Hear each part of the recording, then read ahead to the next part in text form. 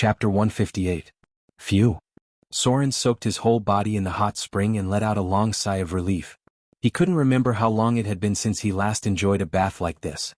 Along the way he didn't even take a shower, let alone soak in a luxurious bath. The white marble bath was 10 meters wide, with lines carved by top craftsmen to prevent people from slipping on it. Above his head was a bright crystal lamp, which was a masterpiece of alchemy.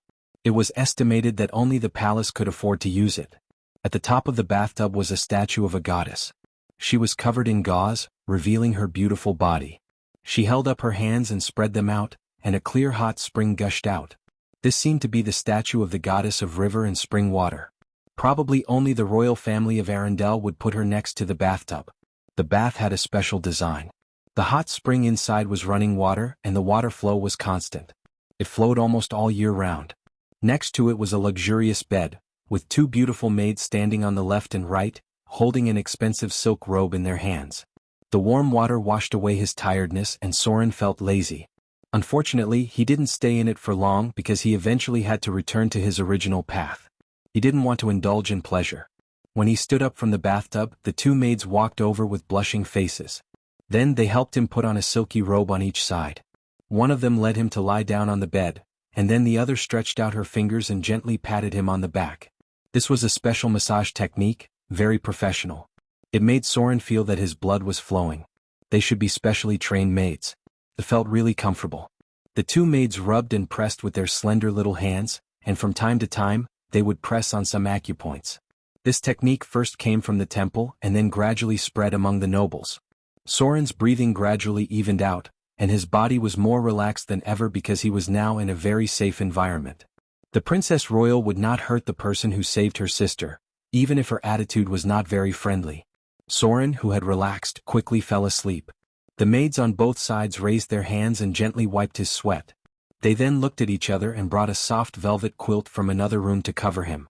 This was not a guest room for rest but a place for massage and rest. But since he was already asleep, there was no need to disturb him. The night passed quickly. Princess Royal walked out in a snow-white nightgown. The exquisite lace skirt trailed on the floor, and her silky silver hair hung down. She looked less fierce and more gentle, like a goddess who had just woken up. The maid who was on night watch outside stood up, squatted down slightly and bowed. "Your Majesty, do you want a shower and change?" Princess Royal gently shook her head and slowly said, "No need. Is that person up yet? Have the head of the imperial bodyguards come here." The maid quickly acknowledged and left. After a while the guard captain from yesterday came over. She bowed slightly and said, "Your Majesty? What orders do you have?" The eldest princess looked at her and slightly knit her brows as she said, "Have someone prepare a reward and then send that person away. Anna said his name hundreds of times last night. I'm worried that she's too young and will easily fall in love with someone because of this. She's the Princess of Arendelle and will be the Queen of Arendelle in the future. That adventurer's identity is too strange. He has a murderous aura that makes me feel uneasy. Anna can't be too close to such a person. How could the future Queen of Arendelle be too close to an adventurer with doom, fear, and murderous aura? Such a person's hands were almost stained with blood. Wherever he went, there would be a storm of blood." Princess Royal shook her head firmly and said, "Reward him more and then send him away." The guard captain took the order and left. Princess Royal seemed to hesitate for a moment and then said, "Let someone give him that weapon. I think he likes to use curved swords. This is a reward for saving Anna." Outside the room, Soren woke up because of the footsteps outside. The other party seemed to have been here for a while but did not leave. She just waited quietly outside, but judging from her breathing she was in a hurry. Several times she raised her hand and wanted to knock on the door. He slowly sat up, then reached out and touched the soft and comfortable silk robe on his body. Then there was a bitter smile on his face, but there was not much anger in his expression. It was just dawn and someone couldn't wait to wake him up. It was self-evident what it meant. Princess Royal did not welcome him. Soren took off his robe and put on the rough cloth and leather armor. He looked at the luxurious room in front of him and murmured, "After this crisis, I'll prepare a room like this for Vivian in the future." This was the life Vivian should have. Instead of following him to wander from place to place, trekking through thousands of miles of wind and snow, weary and exhausted from the hardships of wind and snow. An 8-year-old girl. But she had never enjoyed a real life. In fact, she had been living a hard life. Although she never complained. Soren quickly changed his clothes and then slowly opened the door. Outside the door was the dignified guard captain. Her expression was a little surprised, and when she saw Soren's clothes she was even more surprised. Because it meant that he had guessed the queen's intention. She was a very powerful adventurer, and she had already noticed that Princess Royal wanted him to leave as soon as possible. Behind her were two maids carrying delicate trays. On one of the trays was a scimitar. The exquisite scabbard showed that it was extraordinary. On the other tray was a pair of black silk gloves. There were strange inscriptions on the gloves. It seemed to be something extraordinary as well. Her Majesty asked me to. Just as the guard captain was about to speak, Soren interrupted her. In fact, he was not happy, but he was not angry. He reached out and picked up the curved sword. His fingers stroked the scabbard and then he pulled it out with a clang. The silver-white blade shone with a faint light. He gently cut his finger, and a trace of blood immediately gushed out. Then a wisp of frost appeared on his palm. It was indeed a legendary curved sword. It seemed that Princess Royal was not a mean person. It was just that she did not want him to get close to Princess Anna. I know. Soren looked at the guard captain, reached out and put away the curved sword. Then he picked up the glove on the other tray and said expressionlessly, "I will leave soon, and I will not disturb Princess Anna again." The guard captain was speechless. His words made her unable to say what Princess Royal had secretly told her. Obviously it made her feel a little embarrassed. After all, he also risked his life to save Princess Anna. Soren glanced at the glove and gently put it on. Princess Royal was indeed the Queen of Arendelle. She actually gave him 2 pieces of legendary equipment, and they were very rare legendary equipment. Item type, Icing Death, +2 item grade. Grade 2 legendary item, item description. This is a weapon with a legendary history. Its former owner once took it into the abyss of hell. Its blade was stained with the blood of demons and devils, and there was a faint whisper of the souls of the dead. This was a curved sword forged with the northern ice casting process. Mithril was infiltrated during the forging process, which made the blade lighter than other weapons while maintaining its toughness and sharpness. This weapon condenses the power of ice. When it hits the enemy, it will cause them to suffer ice damage. Requirements: Strength 10 or more, Strength requirement -2. Equipment effect: Mithril characteristic, Ice casting characteristic, +5 sharpness, +5 penetration, +3 toughness, +2 armor break, +3 ice damage. Weapon special effect: Icing Death. After this weapon hits a weak enemy, there is a certain chance of directly freezing the blood of the weak enemy, causing the enemy with the highest HP of less than 20 to die directly. Weapon characteristic: Sharpness. In battle, this weapon has a certain chance of cutting off any non-rare weapon. Any weapon below legendary has a small chance of being cut off by it. It was a very powerful legendary curved sword. It was almost comparable to the 2 that Soren had forged in the Underdark. Princess Royal was very sincere in rewarding him, but her attitude towards Soren was not good. She had not even said a word to him until now. Item type: Battlemaster Gloves, +1. Item grade: Grade 1 legendary item. Item description: a legendary item made with extraordinary spider silk. It uses special enchantment to activate a small dimensional space. The spider silk itself is extremely tough and can withstand most attacks without the slightest damage. It can also deflect some damage. It is very light and thin, like a thin layer of skin on the hand. It will not affect any battle at all. Equipment requirements: none. Equipment effect: Toughness +1, Deflection +1. Item special effect: 1 meter storage. When Soren put on this pair of gloves, the curved sword in his hand suddenly disappeared, and then a flying sword appeared in his hand. Then a curved sword appeared in his left hand, then a curved sword appeared in his right hand, and then it immediately became a flying sword. The rarest storage equipment in the world. It was even more valuable than a storage ring because only adventurers who were proficient in battle would know how much more useful storage gloves were than a storage ring. Such an extraordinary item could allow them to change weapons at will. It was almost invincible in battle. The true value of this equipment was even more expensive than the legendary curved sword. The value of both equipment was almost comparable to a low-level noble title and a territory that was rewarded for generations. Soren nodded silently. He turned around and glanced at the palace, then walked out. This was not a place where he should stay. The wind and snow shrouded his figure. He still had a long way to go. Before leaving, he saw the elder princess on the balcony. She was still so beautiful and noble and still so high and mighty. Soren bowed slightly to show his respect, and then left without looking back. He felt uncomfortable, but he was not angry because he felt that Princess Royal was a bit like him. She was so careful to protect Princess Anna, which reminded Soren of his own Vivian.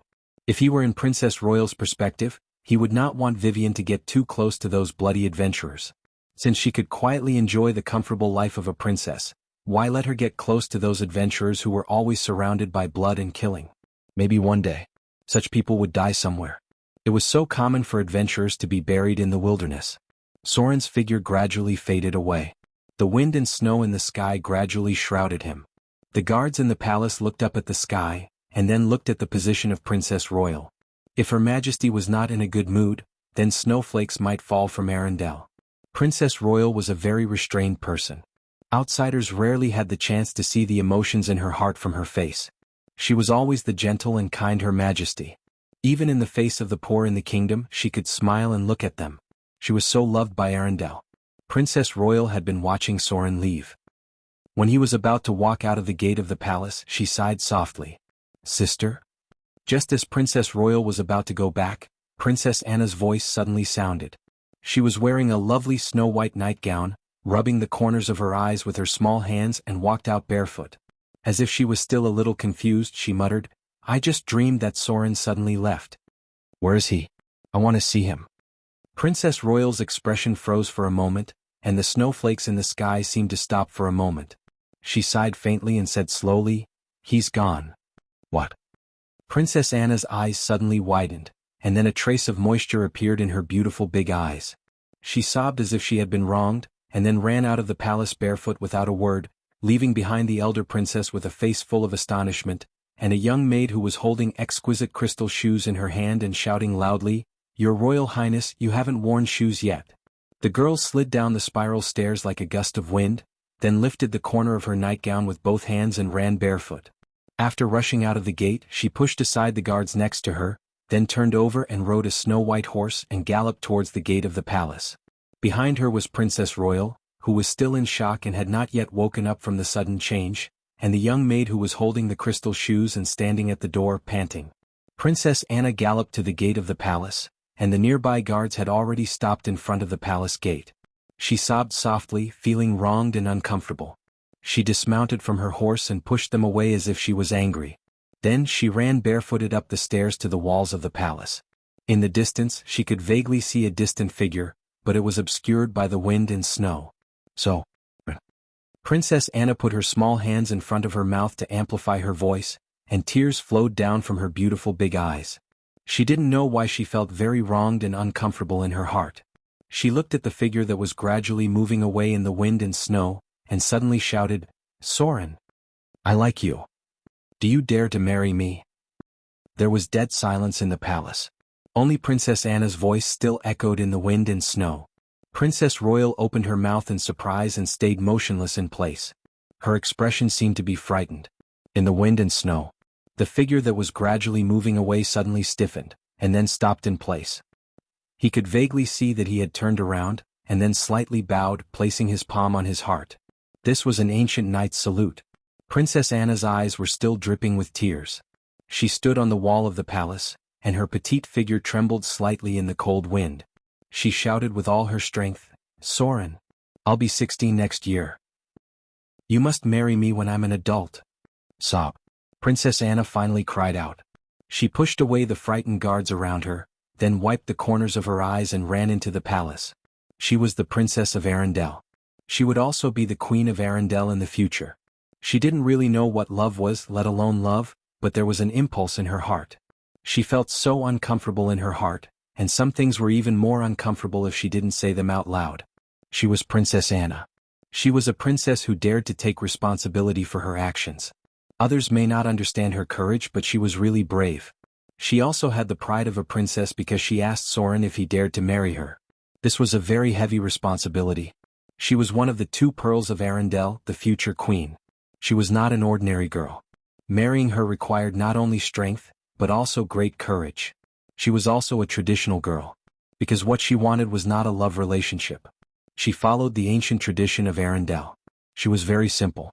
Because she thought that if she liked someone she should enter the sacred marriage hall, so she shouted to the person she liked, "Do you dare to marry me?" She was a brave girl, but in fact she was also very scared. She was Anna. One of the two pearls of Arendelle, the most dazzling princess. She may not be strong or the most beautiful princess or even very smart. But she was the one and only Princess Anna. P.S. Originally this was going to be written in 2 chapters, but I'm afraid you'll go crazy and smash my window, so I'll just stick to 1 chapter. After writing it, I actually felt a sense of exhaustion. I don't know how it went, but I should have done my best. Finally. Please reward me. Please give me monthly votes. Please give me monthly votes. There are 2 more today. Chapter 159. The snow was getting heavier and heavier. It was as heavy as Soren's mood at the moment. His steps were heavy and so was his heart. He had always been a very subjective person, but today he was really confused. His heart seemed to be heavy, and some kind of repressed emotion made him a little breathless. He tightened his cloak and walked step by step into the heavy snow. Snowflakes fell on him and soon his shoulders were white. Soren raised his hand to shake off the snow on his body, turned his head, and silently looked at the palace of Arendelle. He stood in a corner where people could not see him for a long time, then turned and entered a white world. Vivian was still waiting for him. It was almost impossible for him to marry the princess of Arendelle, the future queen, because Vivian was the child of fear and might become the Dread Lord in the future.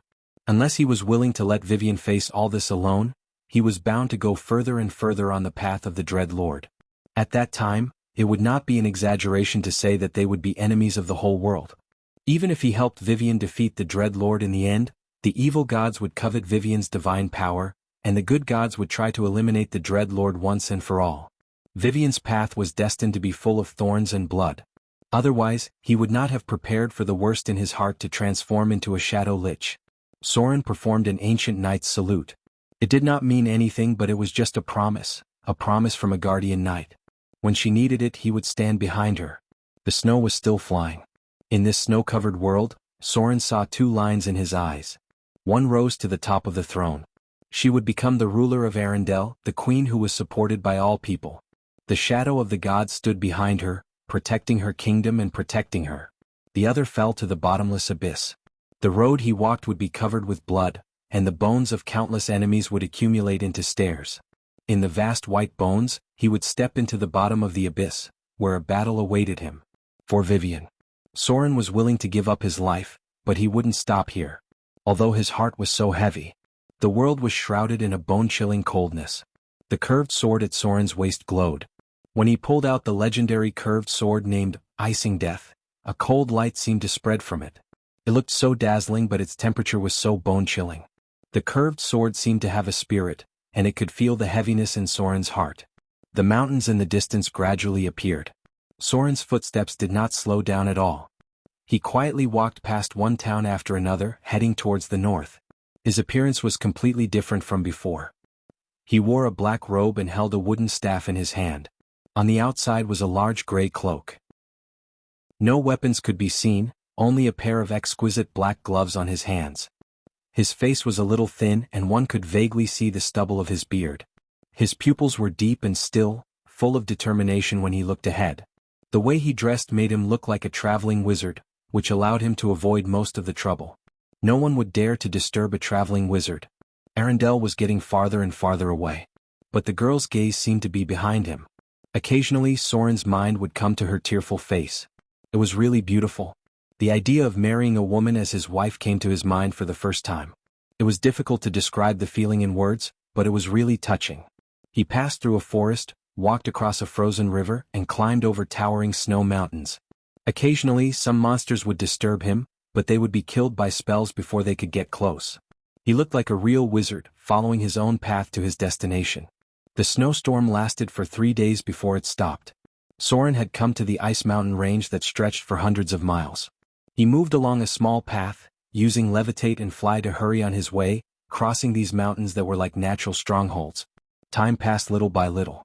He didn't travel much every day because he encountered many powerful creatures, such as the ice Quetzalcoatlus near the mountains, the huge ice sculptures, the earth dragon that was as heavy as a mammoth, the earth spirit bear that was scattered all over the place, and many other powerful monsters that he was familiar with. They were distributed here in groups, dangerous and deadly. Soren even had to use invisibility to escape several times. The cruel environment made them gather together. Here, the Earth Spirit Bear and the Ice Trolls could even form tribes. These creatures hunted each other and struggled to survive in this ice and snow mountain. The temperature gradually increased. This mountain range blocked the cold wind from the Frost Kingdom. The greenery in front of him gradually increased. Soren knew that he was close to the north. Across here was the north, the territory ruled by the witches. The forest in front of him was getting thicker and thicker, and the mountains were behind him. Soren walked in the thick forest and entered the area of human activity little by little. Who is it? A middle-aged man dressed as a hunter appeared in front. He held a hunting bow in his hand and aimed at this side. When he saw Soren's appearance, he immediately withdrew his bow in fear. Then he bowed slightly to show respect and said, "Your Excellency." "Sir Wizard, I didn't know it was you. Please forgive my offense." This was the north. This was the territory of the northern witches. Here, the status of wizards was very high. Soren lowered his cloak slightly, looked at him faintly and asked, "Where is this?" "I just came here through the mountains." The middle-aged hunter looked at the ice and snow mountain in the distance, and the awe in his eyes became more obvious. He whispered, "This is the territory of River Valley City. From here, walk 100 miles south and you will reach River Valley City." Soren nodded gently, walked past him and headed south. After he walked past, the middle-aged hunter breathed a sigh of relief as if he had collapsed. Then he hurriedly ran towards the village. It was not a good thing to encounter a wizard in the wild. Wizards were some people with strange tempers. They were very powerful and very dangerous. If you angered them, they could easily take your life. He was just an ordinary person, so naturally he was afraid of the mysterious wizards. Now he just wanted to stay away from them to avoid any trouble.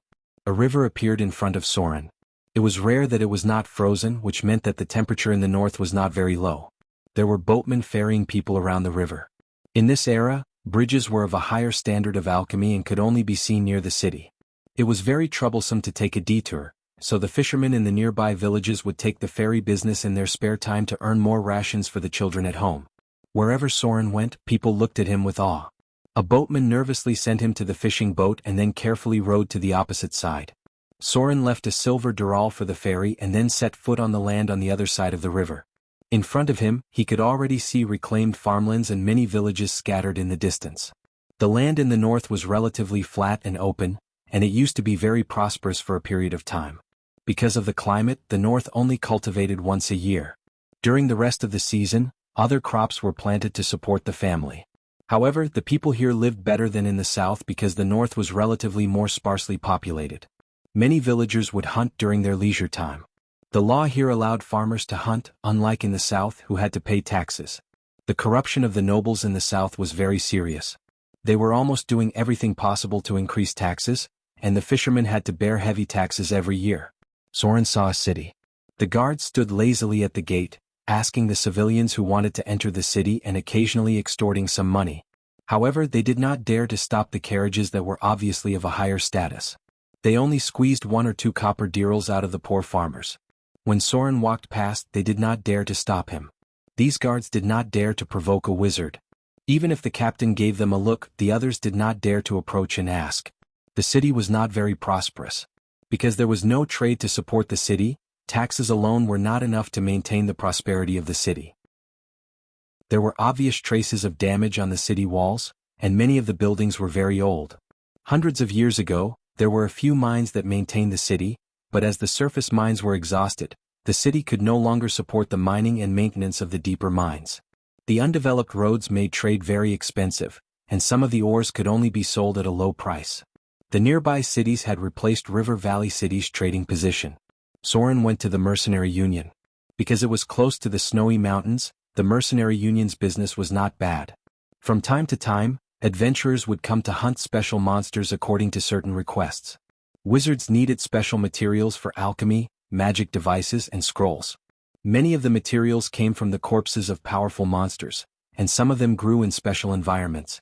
Soren did not stay in the mercenary guild for too long. He walked around the area and entered an alley. Then, under the gazes of 3 to 5 people with ill intentions, he entered a shop that did not have a signboard. He needed some information. Thieves were almost everywhere in the world. They were the main composition of the low-level members of gangs. These thieves could become rogues, but most of them were still ordinary people. Soren did not stay in the shop for too long. After about a quarter of an hour he walked out. But when he walked out he seemed to feel something.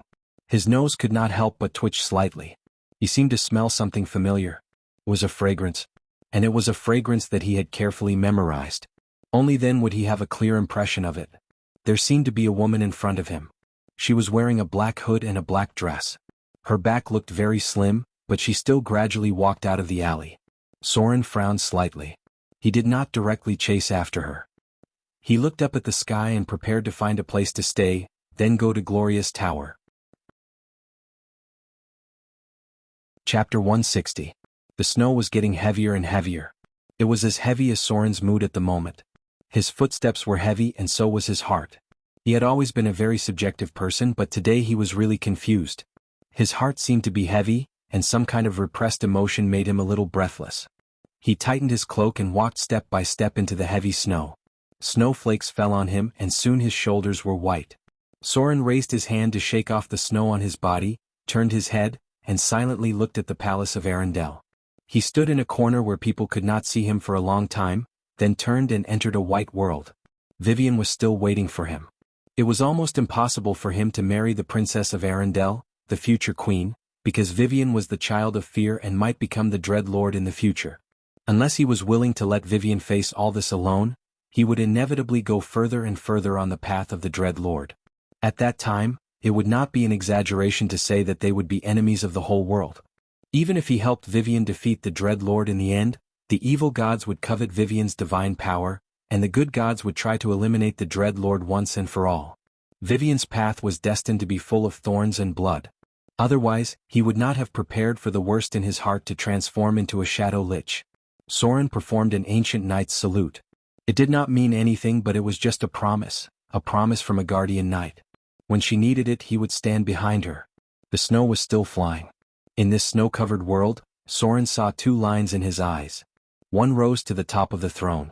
She would become the ruler of Arendelle, the queen who was supported by all people. The shadow of the gods stood behind her, protecting her kingdom and protecting her. The other fell to the bottomless abyss. The road he walked would be covered with blood, and the bones of countless enemies would accumulate into stairs. In the vast white bones, he would step into the bottom of the abyss, where a battle awaited him. For Vivian. Soren was willing to give up his life, but he wouldn't stop here. Although his heart was so heavy. The world was shrouded in a bone-chilling coldness.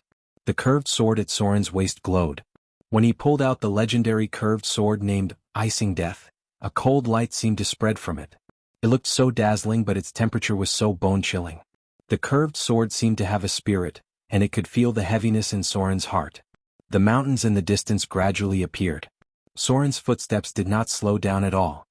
He quietly walked past one town after another, heading towards the north. His appearance was completely different from before.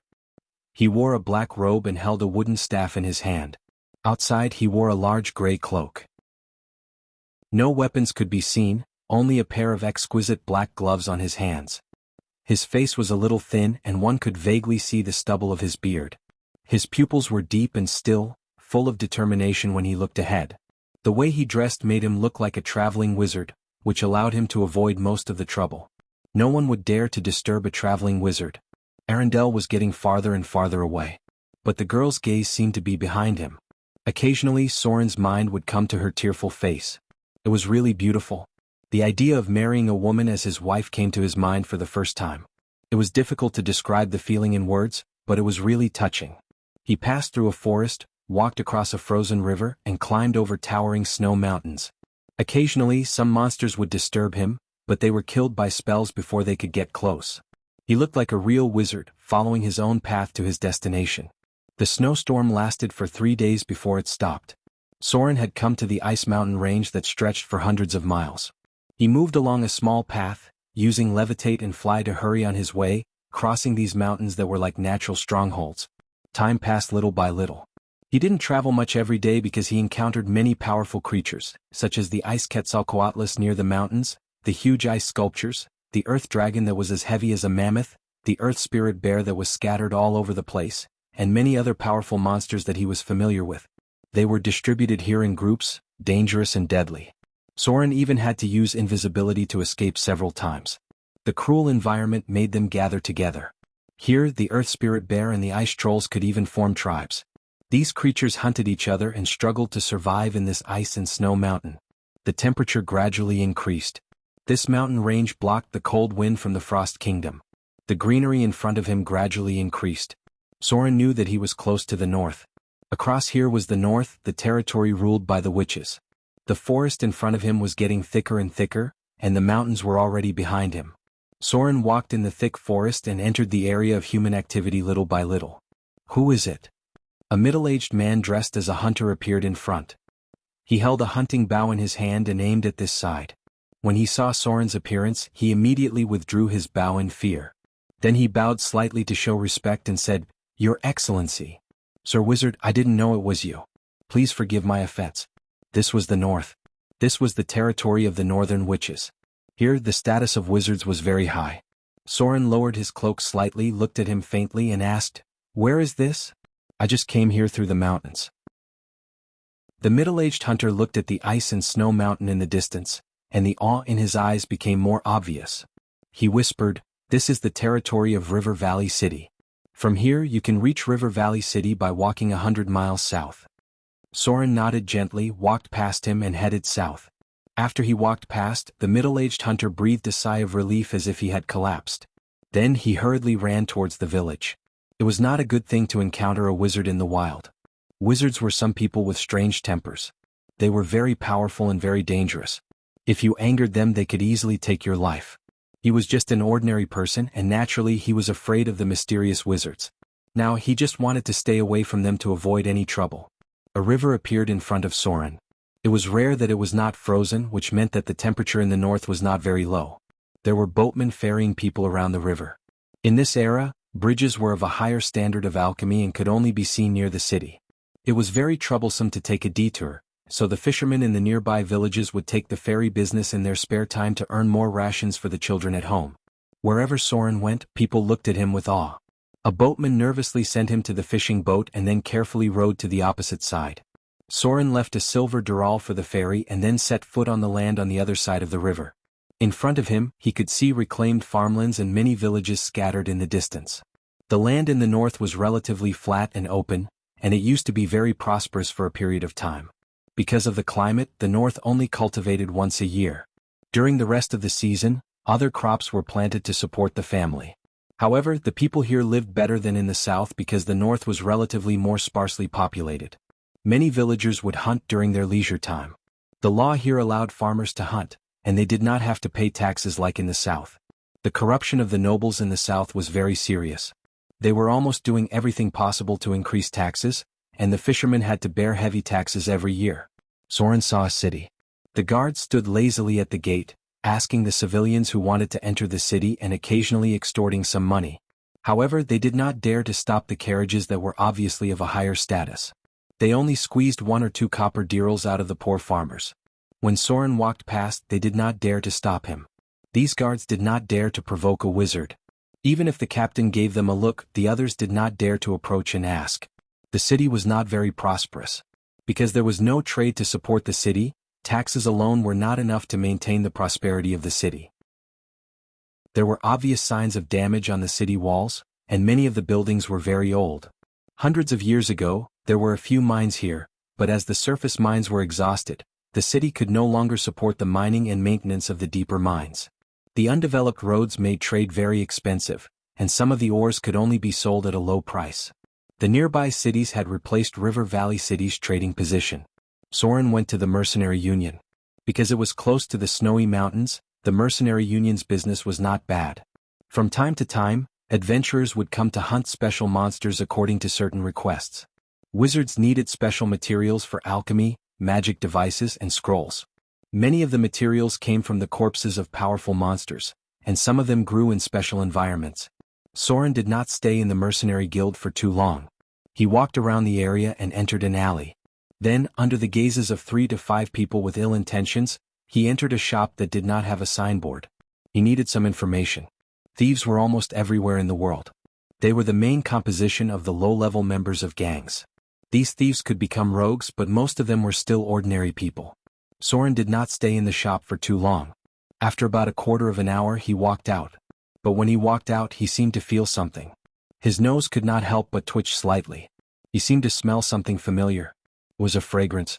It was a fragrance that he had carefully memorized. Only then would he have a clear impression of it. There seemed to be a woman in front of him. She was wearing a black hood and a long black dress. Her back looked quite graceful. She gradually walked out of the alley. Soren frowned slightly. He did not directly chase after her. He looked up at the sky. He wanted to find a place to stay and then go to Glorious Tower. Chapter 161. There were many alleys in the city. The two were walking on an intersecting road. Although Soren felt that the fragrance was a bit familiar, he didn't intend to delve into it. He didn't have the leisure to care about other things. But what he didn't expect was that as soon as he walked out of the alley, he saw another tall figure on the side of the street. That figure made him tremble and he quickly retreated back into the alley. The woman in the black dress on the other side also did the same. She shrank back like a cat and hid in the shadows. What the hell? Soren's figure kept retreating and he couldn't help but curse in a low voice. He murmured, "You can still catch up with me like this?" The knight in silver. Soren was sure that the woman outside was the knight in silver in disguise. His ability to see through disguises was very strong. He recognized the other party at a glance, and he also noticed that there was a droll next to her whose strength was hard to estimate. It was possible that it was a high-grade droll, or even a legendary droll. Is that leaf really so precious? Soren murmured to himself, turned around and prepared to leave from the other side. He thought to himself, how can they catch up with me like this? Did they use a legendary prophecy? I've already eaten all of them. What else can they do? Take me back and dissect me? This was not a good place to stay. No matter what method the other party used to catch up with him, Soren felt that he shouldn't stay here. He quietly walked to the other side, and when he turned his head, he immediately saw the woman in the black dress sneaking in this direction. The two looked at each other and their expressions couldn't help but be stunned. Soren felt that the woman in front of him was somewhat familiar. Although the other party was wearing a veil and her face couldn't be seen, this feeling of familiarity was very strong. He had definitely seen the woman in front of him before and more than once. The woman in the black dress seemed to have a similar expression. She carefully looked at Soren in the black robe in front of her, and her eyes seemed to be somewhat puzzled and familiar. Both of them were dressed in black, and they were retreating in the same direction. This scene was a little strange. So it's you? The woman in the black dress suddenly revealed a strange smile, and her eyes became seductive. She walked as lightly as a cat and gently took off the veil on her face, revealing a charming face. Her expression seemed to be seductive and she said in a charming voice, "Come here. Come here. Come to Big Sister." Soren's expression turned blank for a moment before he subconsciously walked towards the man. The seductive woman's expression clearly showed a trace of pride. She stretched out her fair finger and was about to poke Soren's forehead. At the same time, a strange smile appeared on the corner of her mouth. She slowly said, "I'm really lucky to meet you. Looks like you're not weak either. You should be able to help me attract their attention." Berserk charm. Soren was getting closer and closer. When he was right in front of the beautiful woman, a cold glint flashed across his eyes. Following which, a ray of sword light slashed towards the woman's head. The seductive woman's face showed a trace of shock. An invisible protective energy field appeared and directly knocked Soren away. However, at the same time, the sword light also destroyed the woman's protective energy field. When it hit the woman, it was blocked by another energy field. The long dress in front of the woman's chest was cut open by the curved sword, revealing her white and full breasts as well as wisps of frost. How is this possible? How long has it been since we last met? The man in front of me can actually break through my protective energy field? In the past, when she used the Circle 1 spell Charm Person, she almost controlled Soren. But now, not only did he resist the high-grade Berserk charm cast by the seductive woman, but he also broke through her mage armor. If it weren't for the other energy barriers that were triggered by the attack, she would have been cut open. Even so, there was still a 10-centimeter long gash on her clothes. Strands of ice appeared where the scimitar had cut her, causing her to shiver uncontrollably. Legendary equipment? Only a legendary grade weapon could have such a strong cold energy. How did he become so strong all of a sudden? Boom. Soren did not continue to attack after being shocked. Instead, he stepped on the barrel, making a muffled sound, and then his figure disappeared directly in front of the woman's eyes. Wizards often had a habit of storing memory spells, especially protective spells. The last time he fought with this woman he was shocked away, and this time it was the same. The other party's sneaky look seemed to be being chased by people outside. Maybe this time it was not him who attracted the knight in silver, but the seductive woman in front of him. Soren remembered that Gloria mentioned that her mother seemed to have caused a lot of trouble in the past, causing the whole world of Droll to regard her as a thorn in their side. Evade sight. Soren's figure disappeared in the shadows, and then he quickly fled. The woman in the black dress was obviously a little afraid after the attack just now. The moment Soren disappeared, she activated a tool and then blessed herself with the spell, Eye of Truth. She was worried that Soren would continue to attack. Since the other party could break through her protective energy, he was qualified to threaten her life. Unfortunately, she still did not expect it. After casting see-through invisibility, the seductive woman did not see Soren's trace at all. On the contrary, because the movement here attracted the attention of others, the knight in silver and the middle-aged Droll rushed in quickly. When she saw the two enemies rushing in, the seductive woman's silver teeth were almost broken. She looked at the direction where Soren disappeared with hatred, then raised her hand and broke something. Her figure suddenly disappeared and then appeared 3 kilometers away. Damn it! The seductive woman almost stomped her feet in anger and cursed, "That damn guy! You actually made me use up my last teleportation beacon just like that." In the distance, a silver figure was approaching quickly. The seductive woman looked at the knight in silver who had tracked her position again, and the eagle flying in the sky. The expression on her face was very ugly. In an instant, she blessed herself with several spells and then fled into the distance. These guys are just haunting me. The seductive woman gritted her teeth and fled. At the same time, she secretly said to herself, "If it weren't for the fact that I haven't taken back my own things, I would have imprisoned all of your souls. I've almost used up all my equipment. If this continues, they will definitely catch up with me. Wait till I become a legend, I'll definitely get back at him. Now I can only go to my good daughter. I hope she still remembers that I'm her mother and can help me." Phew. Soren looked back and could not help but breathe a sigh of relief. Sure enough, the knight in silver did not track him. He knew it. How could he be caught up? He had not met her in the Frost Kingdom for so long, and he had met her as soon as he came to the north. It turned out that the other party was tracking Gloria's mother. But wasn't she exiled to Whiterun? How did she sneak here? It seems that Droll is still chasing her? Soren did not dare to stay here. If the knight in silver found him, she might turn around and hunt him down. After all, that group of women was famous for holding grudges. Soren hid in the shadows and moved forward. He bypassed River Valley City and moved along the forest path, and then headed in the direction of Glacier City. He had already inquired about the location of Gloria's tower. As one of the core members of the Northern Witches, her status in the north was quite noble, equivalent to that of a city lord. He would not be surprised to find her and Vivian there. As for Gloria's mother, who was obviously willful and reckless, Soren did not care about her life or death. This woman's mind was extremely vicious. At first, she planned to use Berserk Charm to control him and attract the attention of the enemy. If it were not for Soren's high will resistance, he would not have been able to escape so easily. Northern Tower. Gloria's tall figure stood in front of the balcony. She reached out and held the little Vivian with a gentle smile on her face. She opened her mouth and wanted to say something. Suddenly her face changed greatly. She raised her hand and a light emerged. In an instant, a water-like mirror appeared in front of her, and a hazy figure could be vaguely seen in it. Even with the spell of true sight, she still could not see through the other party's invisibility. Gloria's face suddenly became serious.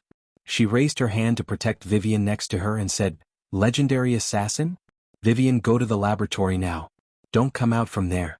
A legendary assassin has invaded the wizard tower." Boom. Boom. The walls of the wizard tower shook slightly.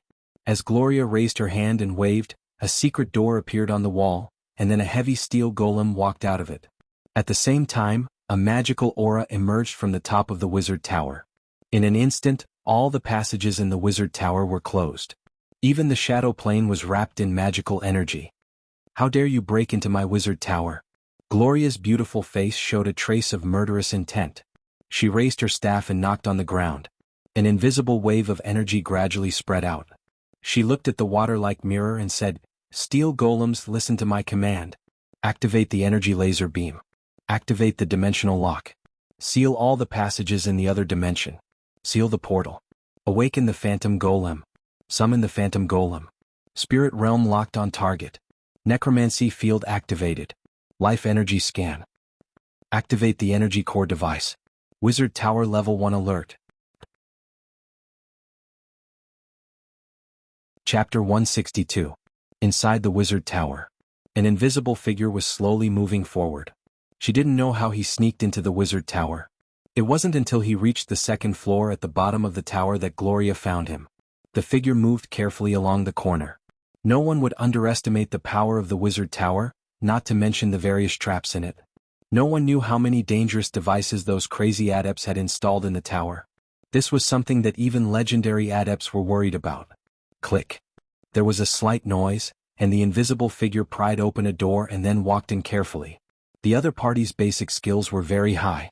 He could hardly hear any sound when he walked, and complex magic locks could be easily opened. However, when he stepped into the door, suddenly there was a heavy muffled sound from the wall, and a solid stone door fell in an instant. Heavy footsteps sounded behind the passage, and the huge figure of the steel golem slowly approached. A mechanism opened on the right side of the passage, and then a deadly green light shot out from it. Disintegrate. The matter hit by the green light dissipated directly and was decomposed into the most basic material structure. The figure who sneaked into the Wizard Tower trembled and seemed to have suffered a lot of damage. Disintegrate could cause 240 points of spell damage at most. If the target couldn't pass the test of fortitude, it could disintegrate a living person on the spot. Even if the target passed the test of fortitude, disintegrate would still cause about 30 points of erosion damage, and part of the body could be disintegrated. At the top of the Wizard Tower, Gloria's expression was a little puzzled. She frowned slightly and said, "Can he sneak into my Wizard Tower? How could he not avoid disintegrate? Where are the legendary items on him?" It was impossible for a legendary lurker to not have legendary items on him. Moreover, no matter what profession the lurker was in, he would master some special shadow skills. These skills could resist spell damage, so there was no need to directly resist disintegrate. Because unless one had absolute confidence in their physique, they could be disintegrated on the spot. Disintegrate was a fatal spell determined by spell energy. No. Gloria frowned and said in a deep voice, "Activate the energy laser beam." A magic gem device was activated, and a red energy laser beam appeared. The path it passed through was directly cut open. It streaked across the passage at an astonishing speed and instantly hit the lurker. The other party's body was cut in half in an instant, but no blood flowed out. The body that was cut in half at the waist appeared. It was a figure wearing a black cloak and covered his face. There was a special emblem on his chest. It was a pale palm that stretched out from the ground, surrounded by a graveyard of white bones. Not good. Gloria's expression changed drastically, and she instantly activated some kind of device. Her body was wrapped in a protective energy and she muttered, "Hand of Despair." What kind of spell-like ability was that? Shadow Incarnation? True Mirror Image? Or Simulacrum? A cold light appeared behind her. A strange figure suddenly rushed in from a height of hundreds of meters outside the Wizard Tower. For a moment, the figure was distorted, and then it passed through the energy shield of the Wizard Tower and directly broke the window into the room. The enemy's main body had been hovering several hundred meters above the Adept's tower all this time. Once he found her position, he used a special interplanar teleportation technique to break through the defensive energy barrier. He then broke through the window and entered the tower. A dark dagger appeared, and there was a faint wail of the dead. Spell trigger. Spell order. Accident. Energy shield ring. 6 magic auras appeared on Gloria's body in succession, and a protective energy field opened up. At the same time, her figure disappeared in place and appeared 10 meters away with a flash spell. The dark shadow chasing behind her also disappeared in an instant, and some kind of special field power covered the room. Then he appeared again behind Gloria and stabbed her heart with a dagger.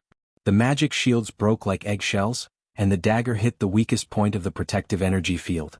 At the same time, a spell was dispelled at the moment of contact. The next moment, the dagger stabbed into Gloria's heart. A stream of blood gushed out. Gloria's face was very pale.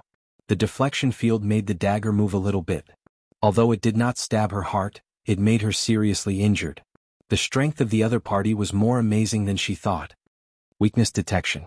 This was a legendary assassin with a profession level close to 25. The power of the poison began to take effect. Gloria seemed to want to cast a spell, but the process was interrupted by the poison. A trace of blood flowed from the corner of her mouth, and there was already a trace of black in the blood. Crossplane jump, shadow realm, shadow shuttle, shadow strike, deadly poison, weakness detection, true mirror image. In an instant, Gloria's heart was full of despair because the other party was the legendary Hand of Despair, a top assassin who entered the legendary realm hundreds of years ago. He even succeeded in assassinating legendary wizards. Although Gloria was a high level witch, she didn't know any ninth circle spells. She couldn't cast the Chain of Accident spell on herself, and she didn't have time to cast any other high-grade spells. Her opponent didn't give her any time to cast any spells. The black dagger flashed and stabbed towards her throat. From the beginning until now, the other party did not intend to sneak into the wizard tower. The mirror image was just to alarm her and then find out where Gloria was in the wizard tower. This was a very experienced legendary assassin. Death came. Gloria's pupils were full of despair. As a core member of the Northern Witch Council, she had never been so embarrassed and powerless. A legendary assassin with a profession level of 25, this had not appeared for nearly 100 years, right? Why would he assassinate her? Vivian? Where is she now? The wizard tower could not stop such an existence at all. Unless she had also advanced into the realm of legendary wizards, she would not be able to fight against this kind of existence without spells that could stop time or spells that were at the level of level 9 or above. The current Eye of the North, the head of the Witch Council, was only a level 24 Northern Witch. Her profession level might not be as high as the legendary assassin in front of her. This was a profession qualified to step into the realm of the gods. The moment of death was so long. Just as Gloria was prepared for the moment of death, the pitch-black dagger suddenly stopped in front of her. A hint of horror appeared in the eyes of the masked assassin before him. Then he instantly transformed into a shadow and disappeared from where he stood. At the same time, he teleported to a position 15 meters away. Gloria suddenly collapsed. She instantly activated an item to temporarily suppress the poison in her body and looked at the position outside the door. Vivian's figure appeared here. She was wearing a white princess dress and looked so cute. Her small body was floating in the air, but her pupils had turned blood red. Behind her, there was a pair of demon wings. Her expression was so strange. She seemed to be smiling, but there was a trace of evil charm at the corner of her mouth. It was an expression full of ridicule and playfulness. It was completely different from the Vivian in her memory. Tisk. Vivian stepped into the room gently, glanced at the seriously injured Gloria next to her, and then turned her eyes to the Hand of Despair in front of her. She said playfully, "Finally willing to let me out? If you don't let me out, your sister Gloria will die. But it doesn't matter if she dies. We can reshape her soul into a body. Do you think it's better to become a banshee? Or was it better to become a succubus?" Gloria's face was ugly and she murmured, "Vivian, what's wrong with you?" The little girl slowly turned around, raised her white little hand and lifted her long hair. There was a strange tattoo under her earlobe. She looked at Gloria playfully and mocked, "I'm not Vivian. My name is Lillian, the Witch of Fear, Lillian. I've been watching that useless fellow silently for 8 years. Even after absorbing such a huge amount of divine power, she's still so useless. But I have to thank you. If you weren't in danger, she might not have been willing to let me out. I'm finally free." Vivian's tiny body hovered in midair, and she took a deep breath as if she were enjoying the feeling of freedom. She spread open her little hands, and even the demonic wings on her back trembled slightly as if she were enjoying the feeling of freedom. Then she turned her head to look at the Hand of Despair in front of her.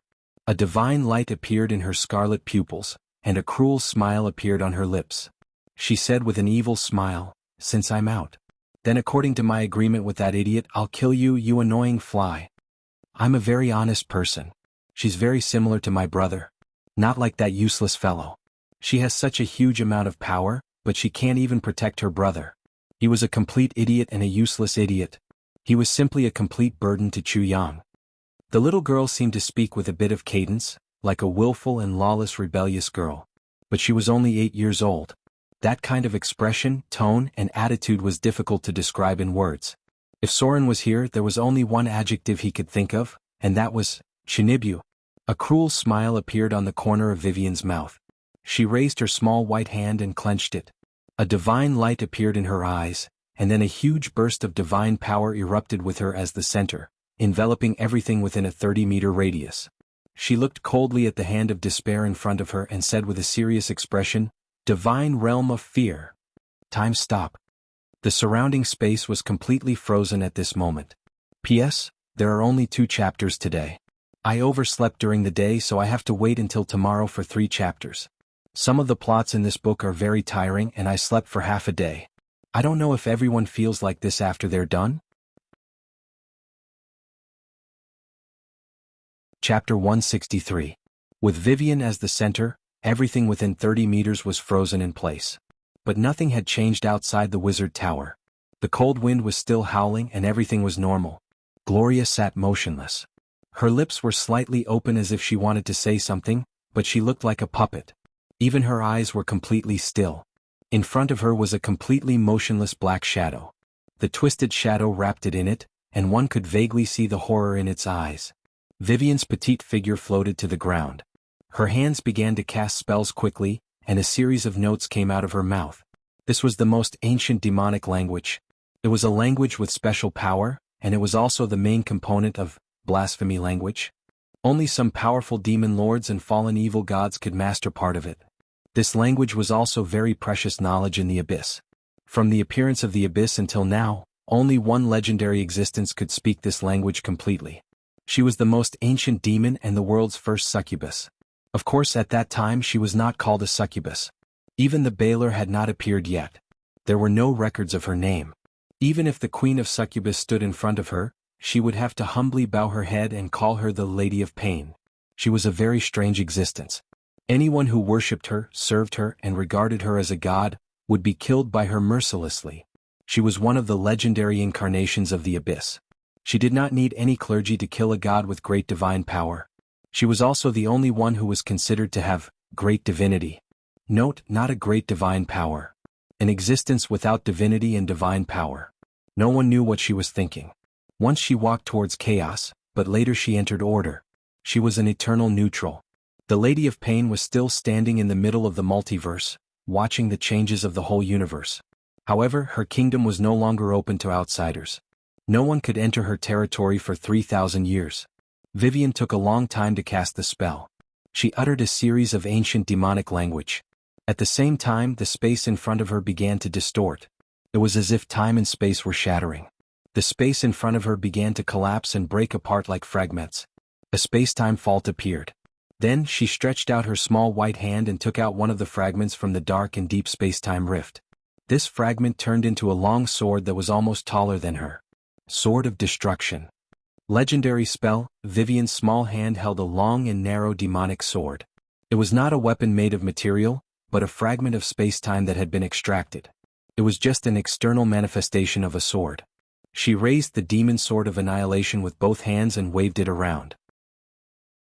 As if she was not used to it, she pursed her lips and muttered, "Sure enough, using a whip is more convenient." The demon sword touched the ground a little. Because she was too short, the ground under her feet was directly disintegrated, revealing a sword mark nearly 3 inches deep. There was no material in the sword mark, not even a speck of dust. Anything that came into contact with the demon sword of annihilation was disintegrated. She flew over with the long and narrow demon sword of annihilation and came directly in front of the hand of despair. In front of her was a motionless puppet, without any movement at all. She just smashed it like a toy, chopping it in a messy way. In an instant, the hand of despair in front of her was split in half. Time began to return. The still wind blew through the window, and everything that was still in an independent space began to connect with the outside world. Although 30 seconds had passed in the outside world, everything inside was still 30 seconds ago, except for the slight changes that occurred when Vivian moved. The hand of despair's eyes recovered a little. He seemed to want to do something, but there was already a crack in his chest. No blood gushed out, and all matter that came into contact with the demon sword of annihilation was disintegrated. He opened his mouth as if he wanted to say something, but his whole body had dissipated like dust. The body of the hand of despair gradually collapsed, and the flesh and blood collapsed into powder. Finally, when Vivian withdrew the demon sword of annihilation in her hand, only a little black dust was left on the ground, as if it was some special material structure. The demon sword of annihilation could not disintegrate all matter. Any matter that came into contact with it would have to undergo a very high test of immunity, legendary difficulty. If it could not pass, it would be directly destroyed and disintegrated, whether you were a legendary class or a saint walking in the mortal world. Any matter that was not in the form of pure energy had to undergo the test of decomposition by the Demon Sword of Annihilation. This was the Demon Sword of Annihilation, one of the strongest legendary spells of the evocation class. It could crush and destroy most of the matter, including other legendary equipment. Only the divine equipment could go head-to-head with the Demon Sword of Annihilation. Gloria's mind was still stuck in 30 seconds ago. She didn't know what happened in these 30 seconds, but when she recovered, the hand of despair that forced her into a desperate situation had died. In front of her was Vivian, who looked a little dissatisfied. The little girl whispered something softly as if she was saying, "Damn it! It has transformed into a shadowy life form. If I had known, I would have cast a soul imprisonment." At the same time as she said this sentence, in the shadow plane, in an ancient and dark basement, a distorted shadow suddenly appeared. Then the distorted shadow turned into a human shape and became the appearance of the hand of despair again. However, all the equipment on his body had disappeared, and only a vague body made of shadow energy could be seen. His expression seemed to be a little angry. After standing up, he looked around, then walked to a jumping flame and slowly said, "The first son of fear has completely awakened. She destroyed my body. I must reconstruct my body." In the tower, Gloria stood up with some difficulty. She looked at Vivian, who had transformed into a demon in front of her, and murmured, "You, Vivian." The little girl turned her head with some dissatisfaction, stared at her with wide eyes and said disdainfully, "I said I'm not Vivian. My name is Lillian. I'm the most powerful witch of fear." After saying that, she turned around and left. A moment ago, her aura was still very strong, like a high and mighty demon lord. But the next moment, she controlled the small version of the demon wings behind her to tremble slightly. She was like a succubus that hadn't grown up yet. She looked a little embarrassed as she flew up. Just now, she was floating in the air with the power of magic. Now, she was really flying with a pair of demon wings behind her. But she looked very clumsy, and people were worried that she would accidentally fall. It seemed that she hadn't fully learned to control her wings. Her petite body swayed in the air, which was quite funny. Whether she was Vivian or Lillian, she didn't seem to have grown up yet. Gloria stood up with her injuries. The poison in her body had been partially removed by magic. She looked at Vivian, who had flown out of the wizard tower, and said weakly, Where are you going?" "Nonsense." The little girl, who was swaying in the sky, turned her head, glanced at her and said, "Of course I'm going to kill those sons of fear. If I don't kill them, am I going to wait for those guys to get stronger and stronger to kill me? I'm not that stupid and idiotic. When I kill them all, I'll be the Lord of Fear. Right? If my brother comes to me, you tell him that I'll come back after killing those bastards. I'll also prepare a big gift for him." The little girl looked high-spirited, as if the other sons of fear had all been wiped out by her with a wave of her hand. Unfortunately, no matter how high-spirited she was and how arrogant she was, she still flew out like a fluttering baby bird. After flying for a long time, she only flew a dozen meters away. The demon wings behind her were too small, as if they hadn't grown yet. They weren't as domineering as the other greater demons when they opened up. Perhaps she felt that she would have to fly until the end of time, the little girl muttered in dissatisfaction. Then she raised her small hand and opened a portal. Then she stepped into the portal and disappeared directly in front of Gloria's eyes. Hundreds of kilometers away from the wizard tower, a dark portal suddenly appeared in the sky, and then Vivian's petite figure walked out of it. She fluttered her demon wings in a funny way. After flying for a short distance, she pouted her little face angrily and landed on the ground. At the same time, she said in dissatisfaction, "What a fool and idiot. Growing up so slow. Useless." The little girl landed unsteadily. As she got closer and closer to the ground, she couldn't help but frown. At the same time, she touched herself with her little hand and murmured, "Why do I feel that my strength is getting less and less? That's not right. My strength is still there. It's over. All my strength has gone to that fool and idiot. How could this be? How could I lose to that fool and idiot? Didn't she have no divinity at all? No. I don't want to go back. It's dark inside. Fool. Idiot. Bastard. Let me out. I'll be back." Plop. Vivian, who had just landed about a dozen meters above the ground, suddenly fell rapidly. The demon wings behind her gradually dissipated, and the demonic tattoo under her earlobe disappeared. Her little body fell directly into a lake, and there were ripples when the water splashed. Chapter 164. Inside the gloomy woods. Soren moved forward quickly while keeping a vigilant eye on his surroundings. Although he had lured away the knight in silver and the high-grade droll, he encountered a very dangerous creature last night. It was a snow-white spotted leopard with smooth lines, almost bigger than an adult Siberian tiger. A conservative estimate of its weight was close to half a ton. This was a very rare frost-blade leopard. It was not a primitive beast, but a special kind of magical beast, a species produced by some taboo experiments. This kind of creature was mainly active in the outer plane, and it was said to be the experimental product of the Arcane Empire. Its creature level was 16. Soren did not fight with this dangerous creature. Although both sides had noticed each other, they only looked at each other from a distance of hundreds of meters. This beast was not low in intelligence. After the two sides put a certain distance between each other, it directly escaped into the dense woods. Magical beasts had the intelligence of about a 9 to 14-year-old child.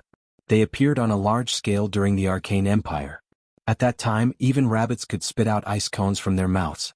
Mainly because of the leakage of magic energy and various energy radiation, many animals had undergone large-scale mutations, which seriously threatened other intelligent creatures. Note: the total number of sorcerers doubled during that period. What followed was a massacre. Even the droll was forced to participate in the war to eliminate these magical beasts because they were not natural creatures. Mutated beasts could destroy the balance of nature. A wolf pack could be extinct because of a mutated rabbit. The biological chain of nature was under attack and could collapse at any time. The sequelae of energy radiation were not only these, but also some more dangerous creatures. These creatures were called evil creatures. They continued to cause destruction for tens of millions of years. Until now, they still existed in some parts of the world. These creatures mutated because of energy radiation. Even the gods could not do anything about them. They could only work together to seal them. There were some in the deepest part of the desert, and Soren had seen one of them. Soren walked along the road. He didn't calculate how far he had walked, but suddenly he seemed to feel something and couldn't help but stop. Soren's heartbeat began to accelerate. It was an inexplicable increase in heartbeat. Due to the blood coursing through his veins, his muscles began to swell, and veins began to appear on the surface of his skin. At the same time, his pupils turned slightly red due to the congested blood. This strange feeling was completely out of his control.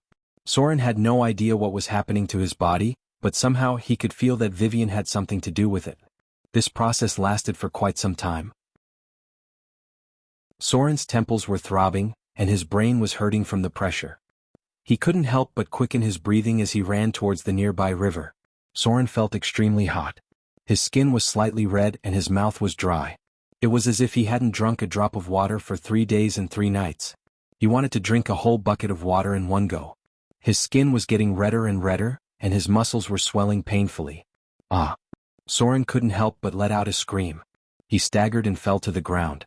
The pain was getting worse, but he gritted his teeth and forced himself to crawl forward. Little by little he reached the river and fell into it. Sizzle. A stream of water vapor rose from the river. Soren's skin was like a piece of red-hot iron, and a part of the water had evaporated. The rising water vapor was getting thicker and thicker. Soren's pain gradually subsided, and he gradually regained consciousness. When he looked down at his palm, he realized that there was a strange tattoo on his body. The tattoo slowly spread along his arm, from his arm to his collarbone, and then along his neck until it reached his earlobe. Soren slowly stood up. In the reflection of the river he still looked the same. However, his pupils had turned scarlet, and there were many strange tattoos on his body. They looked like the tattoos that some wizards would carve on their bodies, but they were more like the tattoos of high-grade demons in the abyss. The first batch of high-grade demons had similar tattoos on their bodies, which allowed them to resist all kinds of damage. Soren still looked the same as before, but the biggest changes were the tattoos on his skin and his pupils that had turned scarlet. His heart was beating faster than before. Soren's basic heart rate had increased by 50%. The changes to his appearance weren't very obvious, and he was a little stunned by the sudden change. His body temperature had increased by a lot. The first thing Soren felt was the change in his body temperature. The body temperature of an ordinary human was about 36 degrees, but now his body temperature was at least 50 to 60 degrees. His skin was a little red and his thin body was much stronger than before. His whole body was full of swollen muscles. The small muscles that were not very eye-catching were also exposed outside, and the clothes on his body were stretched out a lot. The change didn't last long. When Soren was about to check why he suddenly changed, his accelerated heartbeat gradually slowed down and returned to its original level. Then, the bulging muscles on his body due to the rush of blood also gradually returned to normal. His scarlet pupils returned to their original state, and the tattoos on his arms also disappeared little by little. If it wasn't for the little bit of water vapor around him, he would have thought that everything just now was an illusion, and that he was under some kind of illusion spell. What's going on? Soren opened his palm and looked at himself. There was nothing wrong with his body. His pupils returned to normal, and the tattoos had completely disappeared. None of the changes had left a trace. A row of data suddenly appeared. An unknown mutation has occurred. Divine energy activated. Temporarily transformed into slaughterer form. Slaughterer form activated. Mutation disappeared. Restored to original state. Slaughterer form cancelled. Vivian? Soren's expression changed slightly. He almost immediately walked out of the river and ran forward. Although he didn't know what caused such a change, Soren was sure that it definitely had something to do with Vivian. The divine power of the Son of Fear had been absorbed by Soren, but the divine power had been transferred to Vivian. There should still be a connection between the two. Even if Soren didn't have the divine power of fear, the essence of the divinity of fear was still in his body. What he absorbed wasn't the original and pure divinity. With his current power, he couldn't purify the absorbed divinity. The divinity must contain the power of fear. The change in Soren's body might be because Vivian used the divine power of fear. If Vivian mobilized the divine power of fear, it was indeed possible to actively awaken the divinity of fear in him. The power of divinity could change the bloodline, and in the end, it could even transform into a half-energy saint form. Soren didn't have the slightest clue about this special change, so everything could only be known after he found Vivian. He couldn't help but speed up and rush towards the location of Gloria's wizard tower. His intuition told him that something must have happened to Vivian. The Frost Kingdom. Arendelle was full of a celebratory atmosphere. This was the day when Princess Royal was crowned as Her Majesty the Queen. The royal court prepared a large number of celebration ceremonies and even invited circuses from the southern seaside. The people of Arendelle were enjoying the joy of the celebration. People could be seen drinking and laughing everywhere. The celebratory fireworks had begun to be lit, and from time to time, bards would perform wonderful tricks, attracting waves of amazement. The Phantom Circus in the center had the most audience. The Goblin Clown gave rise to waves of praises, and the Beast Tamer directed the beasts to perform, creating dozens of new tricks. The celebration, which had been postponed for some reason, was finally held again. Princess Royal stood at the top of Arendelle's castle, looking down at the city in front of her, like a queen watching everything. Sister. Soft footsteps sounded behind her, and Princess Anna's slightly thin face appeared behind her. She looked much more haggard than before, and was not as naive and lively as before. She looked more peaceful and indifferent, like a little white flower in the breeze. People would always grow up. The girl would also become more mature day by day. Her temperament had begun to change slightly, and she was faintly similar to the Princess Royal in front of her. Since the day she scared the whole palace, Princess Anna had locked herself in her room for 3 days and 3 nights. When she came out, she became much quieter than before and began to try to help Princess Royal deal with the kingdom's affairs. She was also kind and gentle to the officials and guards. Occasionally, she would sit in front of the balcony in the afternoon and meditate, playing with some gadgets in her hands. Anna? Princess Royal's eyes showed a trace of affection. She opened her arms and hugged Princess Anna in front of her. She said slowly, "Are you okay?" Princess Anna nodded gently, then said, "I want to start learning magic. As the Princess of Arendelle, I can't always rely on others to protect me. Maybe I should try to learn to protect myself." Princess Royal pondered for a moment, then nodded gently. Then she took Princess Anna's little hand and led her to the high platform at the top of the castle. The court maid next to her made a gesture, and immediately fireworks rose. The gorgeous fireworks bloomed in the sky, illuminating the sky above Arendelle. The people outside the castle looked over. While they marveled at the beauty of the fireworks, they also saw the 2 princesses at the top of the castle. There was a burst of cheers like a landslide and a tsunami. Princess Royal was crowned as Her Majesty the Queen, and Princess Anna became the first heir to Arendelle. Chapter 165. Gulp. Gulp. A series of bubbles appeared at the bottom of the clear lake, and then a small figure emerged from the bottom of the lake. First it was a wet little head, then the wet princess dress stuck to the body. Vivian appeared as if she was drunk, and then walked on the water with swaying steps. She seemed to be a little dizzy, and after walking a few steps she suddenly raised her little hand in surprise and covered her mouth. Oh! The little girl opened her eyes wide in surprise and looked at her feet. There were slight ripples on the water, and she walked on it as if it was flat ground. She didn't use any magic at all and just walked on the calm lake. As if she felt uncomfortable with her wet body, she raised her white little hand and snapped her fingers, and then her whole body quickly became clean. The little girl curiously walked a few steps on the water, and then directly ran. Her petite body lightly jumped on the water like a fairy from the lake. Amazing. When did I become so amazing? The little girl tilted her head and thought for a while, and then a series of memories appeared in her mind. Maybe it was because she was suddenly distracted. Plop. She stepped on air and fell into the lake again. Pay. Her wet little head emerged again, and the little girl opened her mouth and spat out a mouthful of lake water. Then she climbed out of the water like climbing a wall and stood on the calm lake again. This time she didn't dare to run around. After cleaning her wet clothes, the little girl walked towards the lake. She looked a little cautious, as if she was afraid that she would fall in again. She didn't know how to swim. After stepping onto flat ground, Vivian patted her chest with her little hand and seemed to heave a sigh of relief. We're safe now. But where am I now?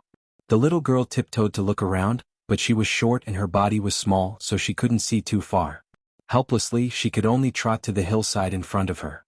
Then she tried her best to jump up and look around. It was very interesting. Even though she tried her best to jump up, the height she could jump was still very average. However, she was still able to clearly see the surrounding environment. In front of her was a vast wilderness. Beside it was a very large lake. On the left was a dense forest and on the right was a very tall mountain. There were no signs of human activity in front of her. She should be near the wilderness. This is bad. The little girl immediately put on a long face and muttered, "That idiot Lillian." She actually called me an idiot? She's the idiot. Why did he run so far away for no reason? Great. I'm getting lost. Perhaps he was not used to this kind of tone. The little girl hurriedly rubbed her cute little face and muttered, "Oh no. He was influenced by that guy." Even the way she spoke sounded a little like her. We can't let her out next time. Vivian muttered to herself. Then she took out a lot of small things from her delicately embroidered multi-dimensional bag. First, she tied her hair up with a pink hair band, turning it into a beautiful ponytail. Then she took out a pair of deerskin boots and replaced the slightly high-heeled boots on her feet. Then she tied up her snow-white socks and pure white pants with cloth strips. She looked a little like Soren preparing for a long journey. Sister Gloria said that I can't wear small things in the wilderness. Those things look good but they're very troublesome. The little girl seemed to be talking to herself. She shrank her head and looked around. Then she bent over and crawled into a bush. After a while, the princess dress she was wearing was gone, replaced by simpler clothes. If it weren't for her beautiful face and silky long hair, she would look like a tomboy. Of course, she looked like she was only 8 years old. I wonder how Sister Gloria is doing? I hope she's fine. By the time the little girl was done, quite some time had passed. She looked around blankly and murmured, "Which way should I go?" The little girl didn't have the slightest clue. In the end, she took out a kindler and tossed it around. Then she headed southwest. Behind her was a large forest. Goliath had told her not to enter the dense forest. She didn't know how far she had been teleported, but she was sure that she had left the north. It was much warmer here. Vivian was actually a little scared, but she was also a very strong girl. Her experience in the slums had made her very sensible since she was young. She knew that she needed to cheer herself up at this moment. Since her brother wasn't by her side, she could only rely on herself. Let's find a place with people first. Vivian's small body moved forward in the grass. She wasn't slow because she had cast a spell on herself. She looked up at the sky and muttered, "There are a lot of monsters in the wilderness. I'm so small I'm easy to bully. Those monsters will definitely want to eat me. Now, I can only find a city and see if I can catch a caravan to find my brother and sister." Sister Gloria said there are a lot of bad people out there. Goddess of wealth. Bless me and let me meet some good people. I'll work hard and make a lot of money in the future. The little girl didn't know much about faith, but she thought that since the goddess of wealth was in charge of wealth, it would be good for her if she made a lot of money. That way she would be rich and the goddess of wealth would be happy. In fact, From the beginning, the little girl was taught by Gloria that witches had to learn how to make money. A witch without money was not a powerful witch. A witch with money was a powerful witch. So, for the first time, the little girl had the idea of believing in a god. After thinking carefully for a long time, Vivian finally chose to believe in the goddess of wealth and became a pan-believer of the goddess of wealth. That was to say, she basically wouldn't pray seriously and would occasionally make a last-minute effort. This situation was very common. After all, devout believers had to pray every day and talk about gods from time to time. Most people in the world were pan-believers. By the time they left, the sky was already dark. Vivian felt that she was much stronger than before. She didn't feel tired at all after walking so much. She was just a little nervous when she didn't see anyone around. After all, she wasn't very brave. Many people at her age were actually more timid. They were afraid of the dark, being alone, and being in an empty house. Only when adults were around would they feel more at ease. Whoa! There seemed to be the howling of wolves in the distance, which made her quicken her pace. All of a sudden, the little girl seemed to have seen something and hurriedly ran towards the woods. She noticed that the rising smoke was near the wilderness road. It might be other adventurers. Wilderness creatures rarely lit bonfires, and they basically wouldn't do it by the road. Gloria had always taught her a lot of useful knowledge. Who is it? An alert voice sounded in front of her, and then she saw a figure flying out. Vivian, who was moving forward, suddenly stopped because she saw the person in front of her. The strange scene of the other party made her feel a little scared. It was a man, and there were 2 men and 3 women next to him. The men's faces were a little strange, and the women's faces were quite coquettish.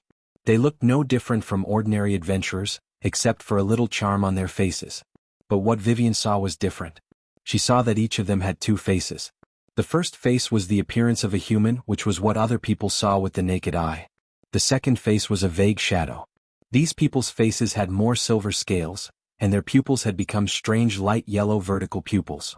There were sharp fangs at the corners of their mouths, and their bodies were all covered with tiny scales. This was a Naga. A race that had been hiding in the dark among the human race, a kind of evil and dangerous creature. They had the natural ability to change, and they could disguise themselves as humans in front of ordinary people. Most of them were mixed-blood Nagas, but occasionally they would encounter very powerful pure-blood Nagas. Vivian had seen this kind of creature in books. They were a very cold-blooded and ruthless species. One of the mixed-blood Nagas showed a surprised expression. It seemed that it was hard to imagine why he would see a lonely little girl in the wilderness. She didn't look as if she was 10 years old. But the vigilance of an adventurer made him dare not relax. He made a gesture behind him and then slowly walked towards Vivian. The little girl didn't think much and immediately turned around to run. A seductive woman who seemed to be the leader frowned, and then coldly said to the others around her, "Catch her." Several figures flew out. The little girl's arms and legs were short, and she ran very slowly. In the blink of an eye, she was about to be caught up. When the other party was about to catch her, Vivian suddenly screamed, raised her small white hand and pointed forward. A faint magic aura appeared, and then 5 arcane missiles shot out. The nearest male Naga trembled all over. When he lowered his head, there was a huge bloody hole in his chest. Plop, clang. One of the mixed-blood Nagas fell to the ground, and the other Nagas immediately pulled out their weapons. Vivian seemed to be a little frightened.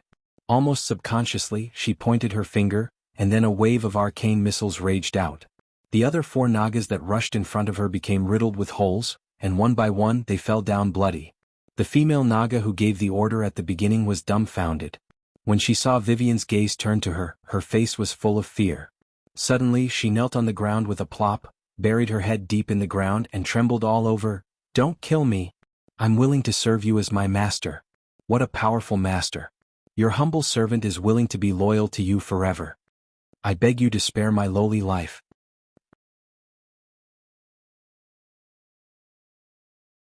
Chapter 166. A lot of things happened in that instant. First of all, Vivian's movements were very quiet, but she was still discovered by these mixed-blood Nagas. This was because Nagas had the talent ability, snake perception. At the same time, their average attributes were about 6 points higher than ordinary people. This was a race with strong innate abilities, but their growth rate was relatively slow. Their lifespan could sometimes reach the level of the elves. The little girl was frightened by the appearance of the Nagas. She then turned around and ran, but they still caught up with her. Vivian basically had no battle experience. Although Gloria had taught her a lot, when it came to a real battle, the little girl was still a little flustered and subconsciously used the spell she was best at. Arcane Missile Level 1. This was a very useful low-level spell. The casting speed was fast and the damage was not weak. Vivian's Arcane Missile could be cast instantly. Because she was a casting genius, she could cast all the spells in 1 second.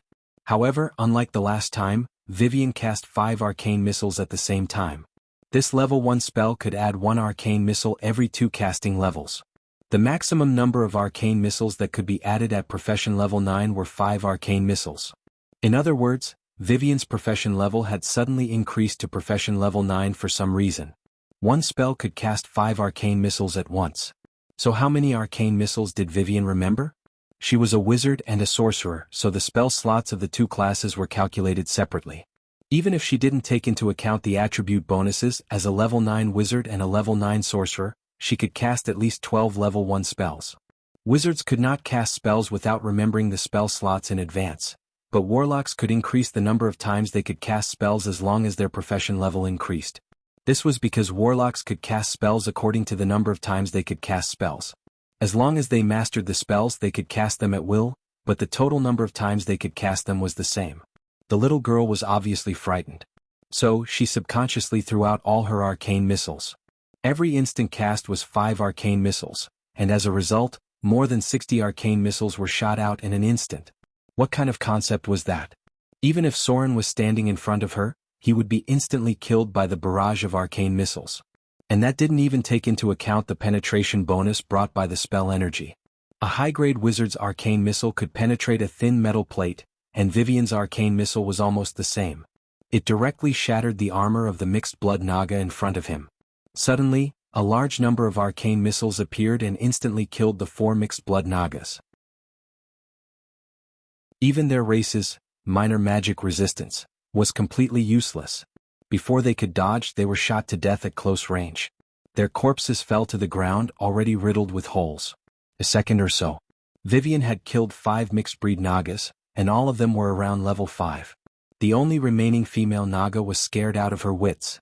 When she saw her companion's body, which was riddled with holes, she looked at Vivian with fear in her eyes. Although the little girl in front of her looked so beautiful and completely harmless in her eyes, she seemed to be an existence that caused people to be incomparably fearful. It was a kind of fear that came from the soul. Fear had almost shrouded her heart, making her completely lose the thought of resisting. Aura of Fear, Divine Realm. All creatures within 100 feet of the user must be forced to undergo a test of will. Otherwise, they will fall into fear and be unable to extricate themselves. As long as any creature has a trace of fear within the range of the spiritual aura of fear, then it will have to go through another test of will with difficulty +1. If it fails to pass the test of will, the target will be affected by a spell similar to fear. This was Vivian's divine realm. Compared to it, Soren's gaze of fear could only be used to scare civilians. The little girl seemed to be a little scared. She didn't expect to be able to kill so many enemies at once. In fact, it was completely a subconscious reaction because she had never experienced a real battle. However, the bloody scene in front of her didn't make her panic. Vivian used to live in the most chaotic slums, where gang fights in the streets would result in missing limbs. Her experience since young made her more accustomed to such scenes. However, what made her feel a little helpless was the trembling woman kneeling on the ground. She didn't even understand what was going on, and the woman in front of her had already started to call her master. However, she wasn't completely helpless. She tried to keep a straight face and imitated the tone of the Witch of Fear, Lillian, and said condescendingly, "Raise your head. Are you really willing to serve me forever? Dedicate your life and soul to me?" Yes. The female Naga in front of her was scared out of her wits. She almost nodded her head repeatedly. Vivian tried to keep a straight face and said with a slightly childish voice, "Good. From today onwards you are my servant. When you prove your loyalty, I will give you the reward you deserve." Time seemed to stop for a moment. When Vivian said this sentence, an invisible light of magic appeared. Then, the fear on the female Naga's face began to dissipate gradually. Her expression was dull, and her eyes were blank like a woman who had been played with. Then, she gradually regained her consciousness. She humbly knelt on the ground, leaned over, and kissed Vivian's shoes. She murmured, "Master, your servant will be loyal to you forever." This scene was so inconceivable. It seemed like some evil god believers held a depravity ritual, and then a blasphemous priest used blasphemous words to give all believers a spiritual hint. Vivian swayed slightly as if she felt a little tired. Vaguely, she also seemed to hear a disgusting voice as if the idiot who called herself Lillian was gloating. Ah. So you will become weak when you consume too much power. You idiot and idiot. Hurry up and let me out. Vivian shook her little head as if she wanted to go away. The annoying voice muttered, You are the idiot. Why are you so crazy? I won't let you out. She didn't know why. After knowing the existence of Lillian, who called herself the Witch of Fear, Vivian did not reject her as much as she thought, because she knew everything about her. It seemed that since she began to remember, she had been there for everything she had experienced. It felt like another her or a twin sister that did not exist at all. Vivian was actually a very kind little girl. As long as it was not related to her brother, her nature was very kind and friendly. But if things became related to her brother, then no matter who was right or wrong, she would definitely stand on her brother's side. Kindness and justice were not important to her. The world in her eyes was supported by her brother, so her brother was more important than anything else. She didn't like Lillian very much, but she didn't hate her either. Perhaps she also thought that hating Lillian was like hating herself, because their memories were similar. It was just that Lillian seemed to be born with the ability to control the power of the Son of Fear. She was Vivian who represented the mortals. She was the real Lillian who represented the Son of Fear. If Soren did not appear, or if the original Soren was completely dead, with the little girl's deep feelings for Soren, it was very likely that she would completely give up herself after the fear came and die with Soren. That was because her brother was everything to her young heart. He was also her only family in this world. He used his blood and sweat to support her everything. Soren's death was very likely to make her give up hope of living. Because when she first fell asleep to resist the fear, she could hold on for so long because she believed that her brother would come to save her. She was not very strong. In fact, she was a little timid. But as long as Soren was still alive, then she would not give up hope, because her brother was her hope. She believed in Soren. She believed that no matter what the situation was, Soren would stand in front of her and hold up the world for her. This was her will. As long as Soren was still alive, her will would never collapse. Vivian was Vivian. Lillian was Lillian. If Soren hadn't come, perhaps Vivian would have died in Amber City, and the one alive would be the Witch of Fear, Lillian. At that time, Lillian would probably not be the Lillian now. Glacier City. Soren saw the tower in the distance.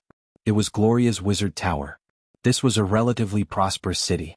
It could be seen that the people here were quite rich, and their faces did not look sallow and emaciated. The city lord of Glacier City was actually an official. It was not a title inherited from generation to generation, but a manager elected by the city council every 10 years. The real ruler here was the Northern Witch, Gloria, in the wizard tower. The city lord was just her spokesperson. This was because the witches did not have the energy to manage too many trivial matters. This city was actually not big, but there were many shops and trade caravans coming and going. Soren did not stay in the city for too long. After eating a little, he headed in the direction of the wizard tower. It was a special territory. Usually, no one would go there because it was taboo to disturb the northern witches. Even Glacier City only sent a report of the city's income and expenditure every year, and then handled some things according to the requirements of the northern witches. Soren approached the wizard tower. However, just as he was about to enter, a disheveled figure suddenly appeared nearby. It was a coquettish woman who looked very familiar. When she noticed Soren's presence, she immediately gnashed her teeth because she was Gloria's mother. This was really a small world.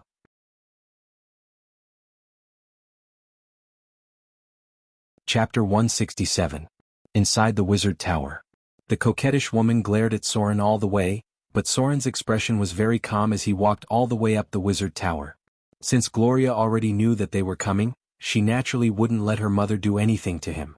Moreover, with Soren's current strength, even if he couldn't beat the coquettish woman in front of him, it wouldn't be difficult for him to escape.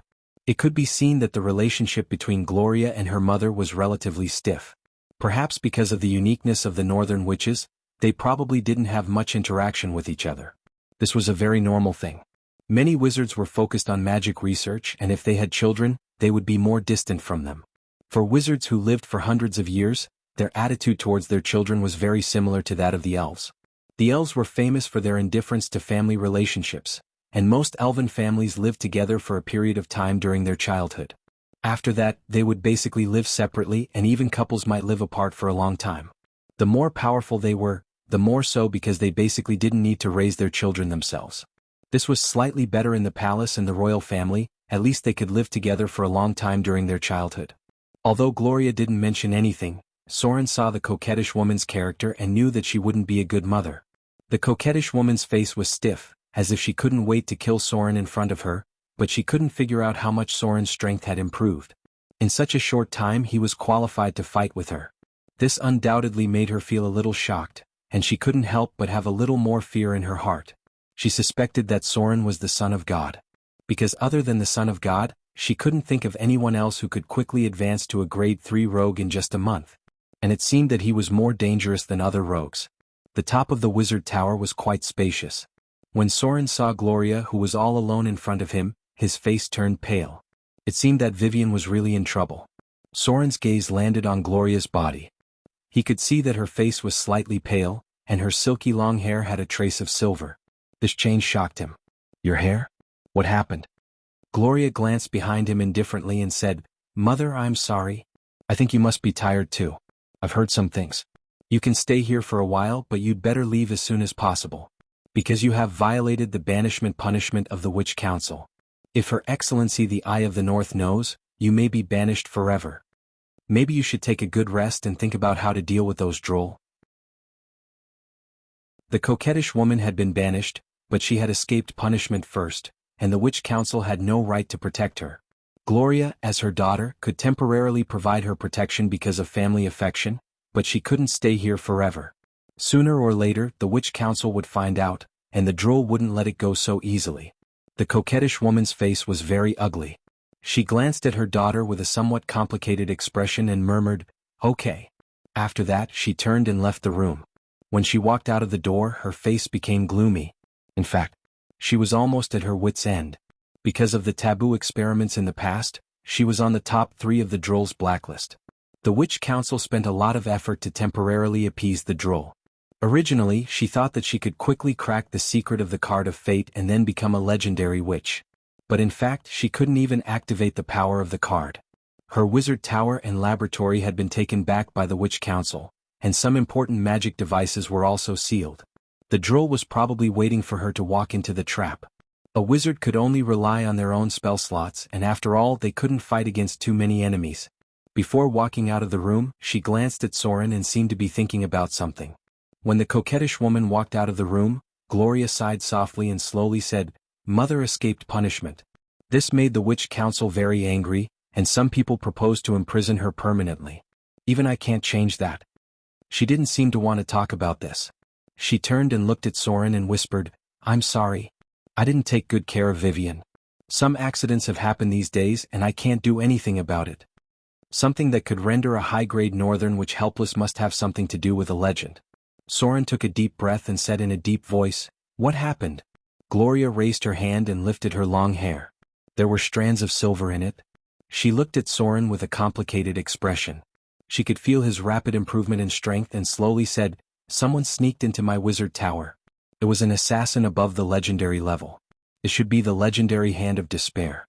I was no match for him at all, but I didn't expect Vivian to suddenly awaken.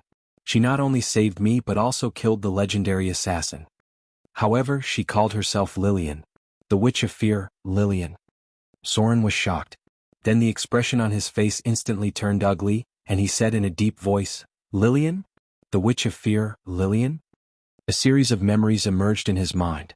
Amber City, before the start of the Time of Troubles, the first child of fear awakened. She was the Witch of Fear, the most powerful child of the Dread Lord, and the last host of the resurrection of the Dread Lord. This child of fear was naturally stronger than the other children of fear.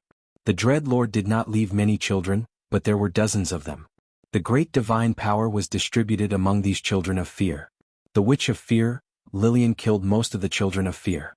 In the end, because she angered the Lady of Silver Moon, she was killed by the Lady of Silver Moon in a battle. History had been changed. However, when Soren heard this name, especially when it came from Vivian's mouth, his heart sank. Vivian is Lillian? No. Vivian is Vivian, how could it be Lillian? Lillian's consciousness must be controlled by the Dread Lord. After the child of fear awakened, her personality would easily change. It must be the will of the Dread Lord that affected her. No. I must find Vivian. If Vivian killed the other children of fear, then the divinity in her body would become stronger and stronger, and the will of the Dread Lord would become stronger and stronger. At that time she would really become the Witch of Fear, Vivian. Although Soren was very anxious, he did not act rashly because he did not even know where Vivian was now. He asked about everything in detail and then fell into deep thought. Legends were appearing more and more frequently, but the name, Hand of Despair, reminded him of something. He seemed to have fought with this legendary assassin in the past. The location should be in the Shadow Plane. The opponent was a legendary rogue who had transformed into a shadowy life form. Killing him was as difficult as dealing with a lich. Although Soren had joined forces with others to kill him once, he did not completely kill him. This guy's soul was somewhere in the Shadow Plane. If he did not imprison his soul, he would only destroy his body at most. Soren looked up at Gloria in front of him and said with a hesitant expression, "Can you use prophecy to determine Vivian's location?" Gloria pondered for a moment. She unconsciously raised her hand and stroked her long hair. Her white fingertips twirled a strand of silver hair and then slowly said, "Yes. But I need to prepare." The price to pay for using prophecy to locate the children of fear was not low. There was a trace of gratitude in Soren's eyes. He gently bowed his head and said slowly, "Anyway, I am very grateful to you. In the future, I will repay you for everything you have done today." Gloria shook her head gently. Her expression was a little complicated and she said faintly, "I also like Vivian very much. I can see my past self in her." As if she had seen something, she frowned slightly, looked at Soren's sword and wondered, "Icing Death?" She knew this curved sword? Soren nodded gently and replied, "Yes. A weapon obtained in the Frost Kingdom. You know it?" "Yes." Gloria slowly walked over. She reached out and wanted to touch the curved sword, but she suddenly seemed to feel something. Her fingers trembled, and she retracted her hand as if she had been electrocuted. It seemed that she was shivering because of the cold. Gloria's expression was a little incredulous. She murmured, "It's really the same as the legend. You can't touch it unless it chooses its owner." "But why can you use this curved sword? It seems that it can only be used by kind people. Is there a faction requirement?" Soren's expression was quite surprised. He raised his hand and pulled out Icing Death. In his palm, the legendary curved sword emitted a faint white light. He did not seem to feel any abnormalities and could use it freely. "This is impossible." Gloria's expression was very puzzled. She murmured, "You don't seem to be a person who believes in kindness, do you? Could it be?" Soren seemed to remember something. His expression was a little incredulous. He quickly opened his data display. Omnipotent hands, legendary skill, weakened soul. It was still in a state where it could not be used. Soren stretched out his finger and stroked the curved sword in his hand. He did not feel the slightest repulsion. If the legendary curved sword in his hand really had a faction requirement, then the only possibility that he could still use it was that his omnipotent hands was still in a sealed state, but it had already taken effect. There were some special legendary equipment in this world. To use them, one must meet certain requirements. If they could not be met, they might not be able to play a role and they might even hurt themselves. Most of the northern witches believed in the principle of neutrality, so Gloria shivered slightly when she touched it. Because she felt a bone-piercing cold. If the deviation was too severe, it might even be hurt by the energy on the weapon. For example, creatures of the evil alignment would be hurt by legendary items with a kind requirement. This kind of weapon often had a trace of spirituality, and it must have gone through a long period of time. Maybe it was because its previous owner had killed too many evil beings, or it had been blessed with some special spells. There were many weapons in the Underdark and the Abyss that could only be used by the evil alignment. If the omnipotent hands did not work, then Soren should have been hurt by the cold when he touched it. This kind of legendary item was not rare. The most iconic one was the weapon of the paladins. Their legendary weapons must be shrouded in holy power. If too many evil creatures were killed, it might even produce a faction requirement. Some of them would awaken spiritual consciousness, subconsciousness. When they found an evil target, they would automatically attack the enemy like the level 7 spell, Sword of Mordenkainen.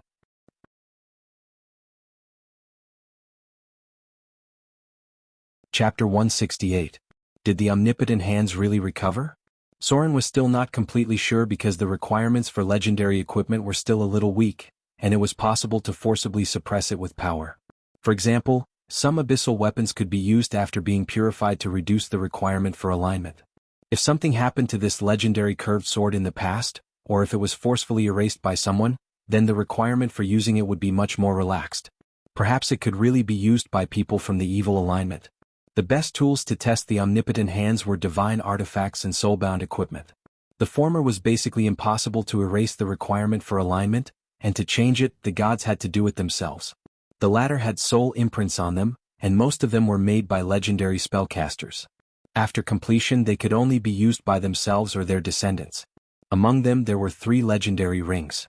One was in the hands of an elf, one was in the hands of a dwarf, and the last one was inherited by an ancient human family. These 3 rings were legendary items that were soul-bound and could only be worn by direct descendants.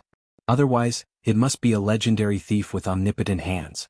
Soren originally wanted to make a legendary soul-bound ring, but unfortunately, he couldn't find a legendary spellcaster with a profession level of 25 or above to cooperate.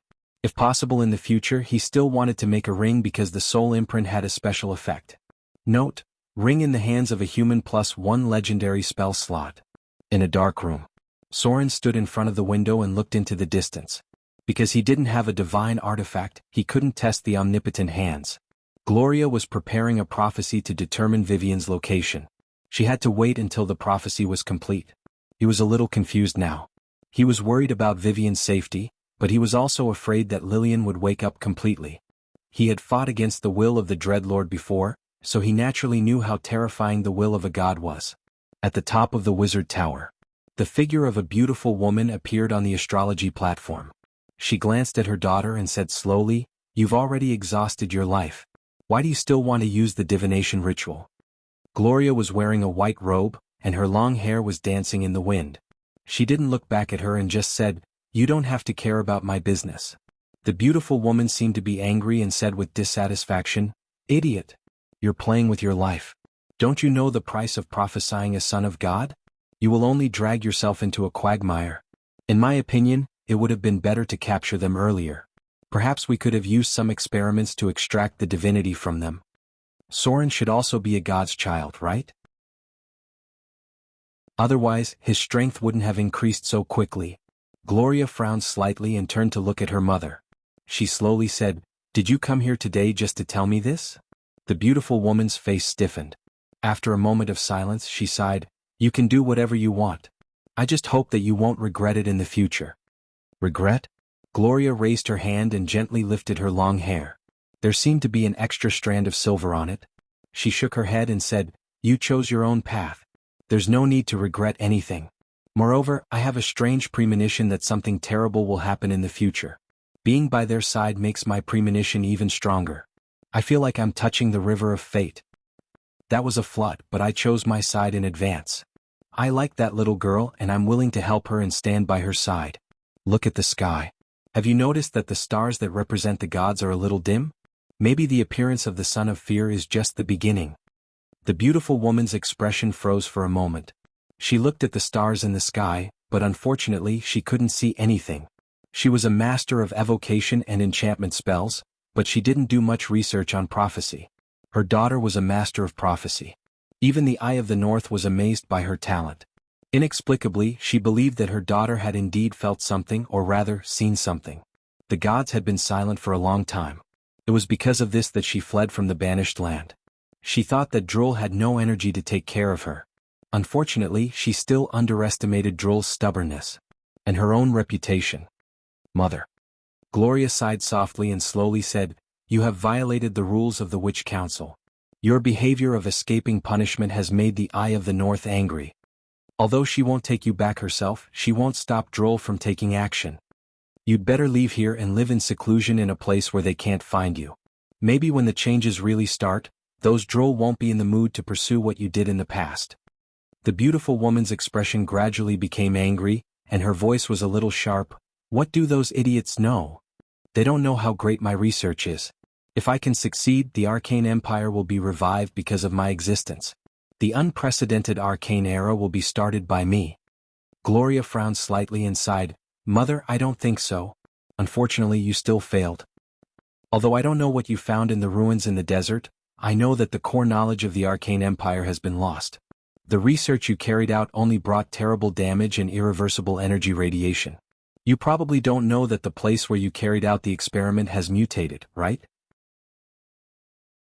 The Northern Witches and the Droll Order have joined forces to block all the news and set up a maze in that area to prevent other creatures from entering.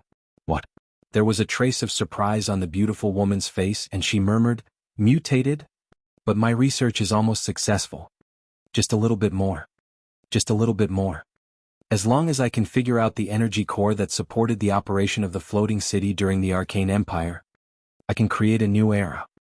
Her expression seemed to be very disappointed and a little hysterical. She suddenly looked up and said, "There's still a chance.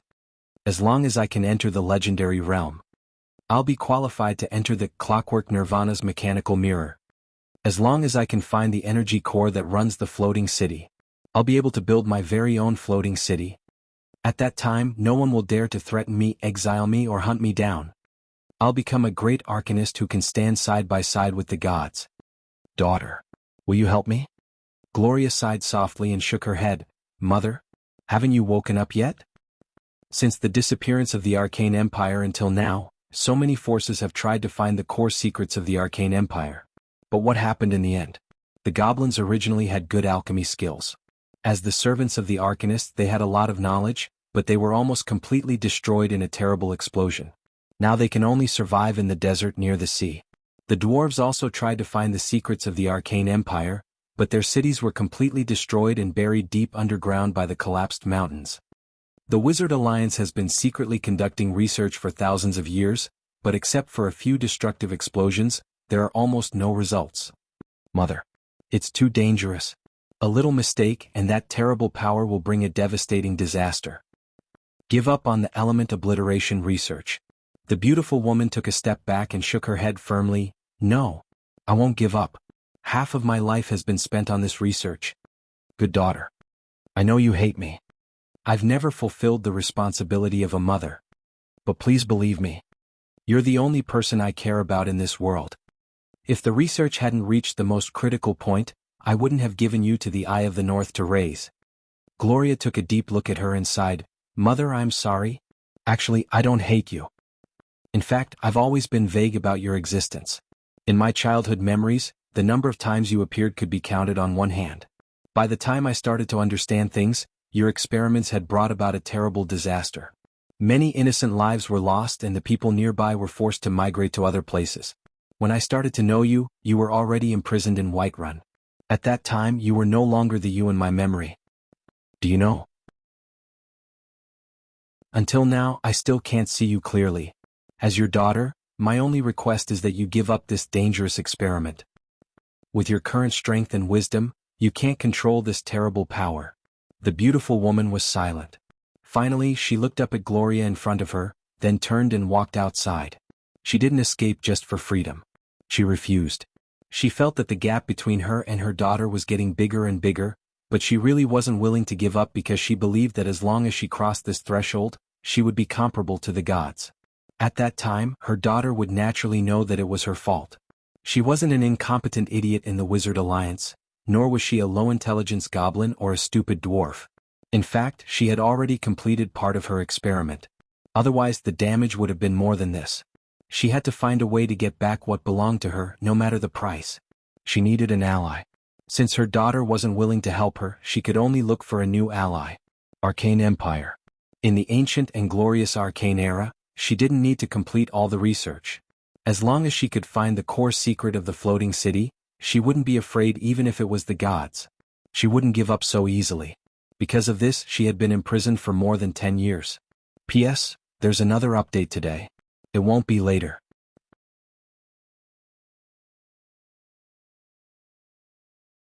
Chapter 169. The night passed quickly. When Soren saw Gloria again, he found that there was another strand of silver hair on her head, which made him feel a little guilty. Prophecy spells came with a price, especially when it came to predicting Vivian's location. The price was even greater. After all, Vivian's identity was the child of fear, and the price of prophesying her was probably comparable to the fate of a king. Soren's heart was full of gratitude, and this was the first time he felt that he owed someone so much.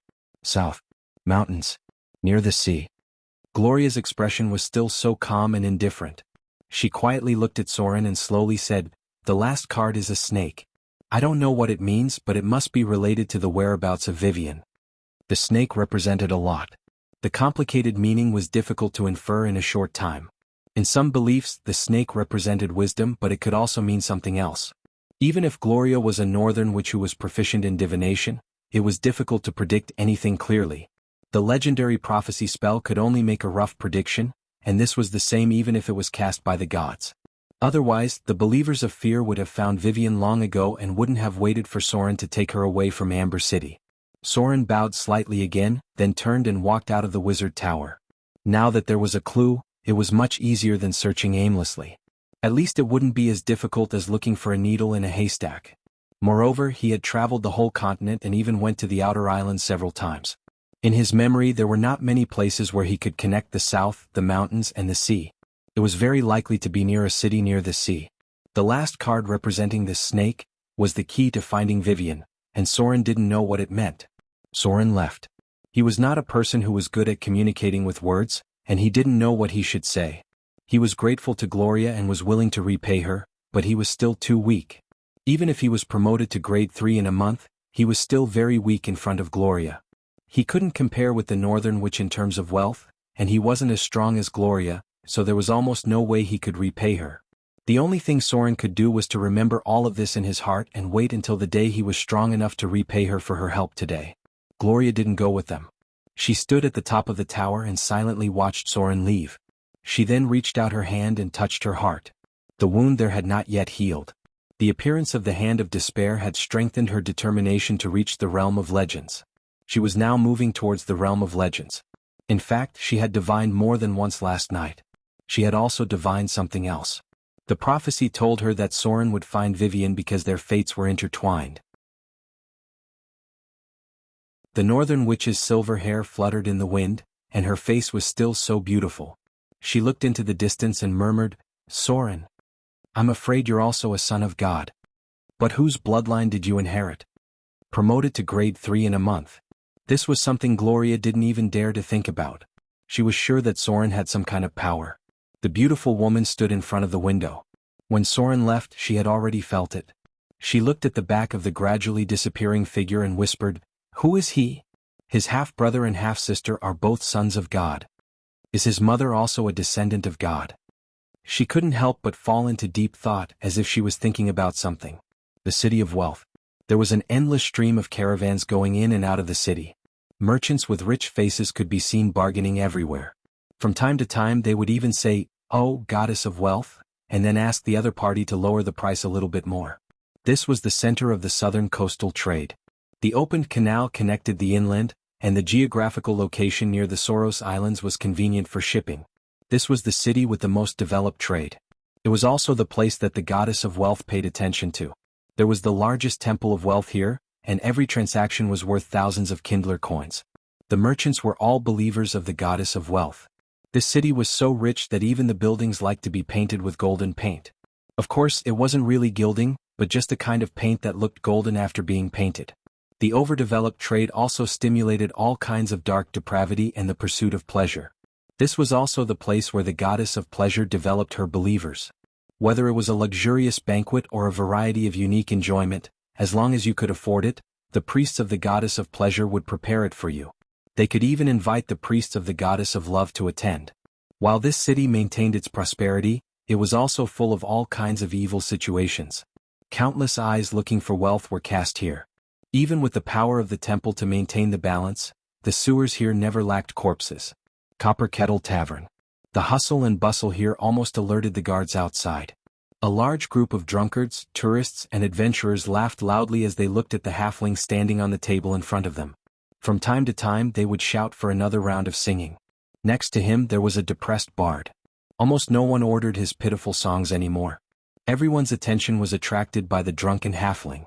Although he seemed to be completely drunk, there was a guy who wanted to take the money bag from him, and he was directly knocked down by him. This skill made many people exclaim. The adventurers next to him also looked at each other and evaluated each other's strength. Skillful rogues were very popular everywhere. There were always such people on the adventure journey. Aladdin held a wine glass that was bigger than his face and raised it high. After taking a sip, he burped and said, "The situation at that time was very dangerous. A total of 5 10 feet tall earth elementals surrounded us. Its arm was thicker than the pillar. With a punch, the ground would be a pit. If I was careless and was touched by them, it was possible to meet the Grim Reaper directly. But fortunately, I had a companion with good skills, although his skills were still a little worse than mine. But he still helped me pin down 2 enemies. The situation at that time was really dangerous. I fought back alone under the encirclement of 3 earth elementals. If it weren't for my short stature, I would have been naturally agile. It would have been impossible to avoid their attacks. But I still had to take care of my companion who was a little worse than me. Goddess of wealth above. I almost thought I was going to die here." What followed was a thrilling process. How the brave and powerful halfling Aladdin defeated 5 earth elementals in an absolutely inferior situation, and at the same time saved his companion who was a little worse than him. The other guests in the tavern clearly knew that he was bragging, but they couldn't resist this guy's eloquence. The tone of the story was full of suspense, and from time to time he could imitate the situation at that time. It was really very immersive. After being treated to 3 drinks in a row, Aladdin finally finished telling this wonderful adventure story. He wisely defeated a large group of earth elementals, and at the critical moment he took his companion who was a little worse than him and used the gap in the valley to avoid the awakening earth giant. After completing his daily bragging routine, Aladdin walked out of the Copper Kettle Tavern with a swagger. At this moment he was a little different from before. The clothes he was wearing were much more exquisite, and there were also some scattered decorations. It seemed that after selling the gemstones, his wealth had increased a lot. After he walked out of the tavern, he took a detour to a small alley, untied his belt to pee, and a money bag appeared in his hand.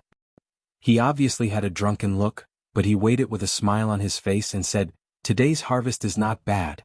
I didn't spend any money on drinking and I even made a fortune from a fool." Sure enough, the south is better. The weather is warm and the sun is bright. It's much easier to make money. Aladdin shook a little, put away the money bag and then turned around and walked towards the place where he lived. He still had a drunken look and from time to time, people would greet him. It seemed that he was doing well these days and he had a little reputation in the neighborhood. All of a sudden, he seemed to have seen something and he couldn't help but open his eyes wide. He shook his head, raised his hand to rub the corner of his eyes and then murmured, "Am I seeing things? Why did I just see Vivian? An illusion. It must be an illusion. She went to the north with Soren. It seems that I'm really drunk. Ah."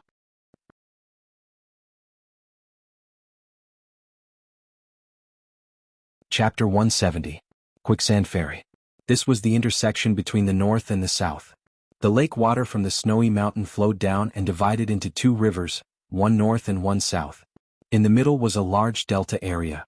Due to excessive reclamation and deforestation, this place had once suffered serious soil erosion.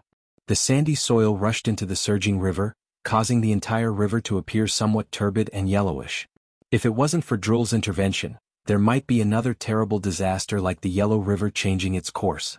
At least in Soren's geographical knowledge, this place was similar to the 800 miles Liangshan Lake, because of the river changing its course. This was the territory of the intelligent lizard men. They were different from the small lizard men in the wilderness. These creatures knew how to build a village and make weapons.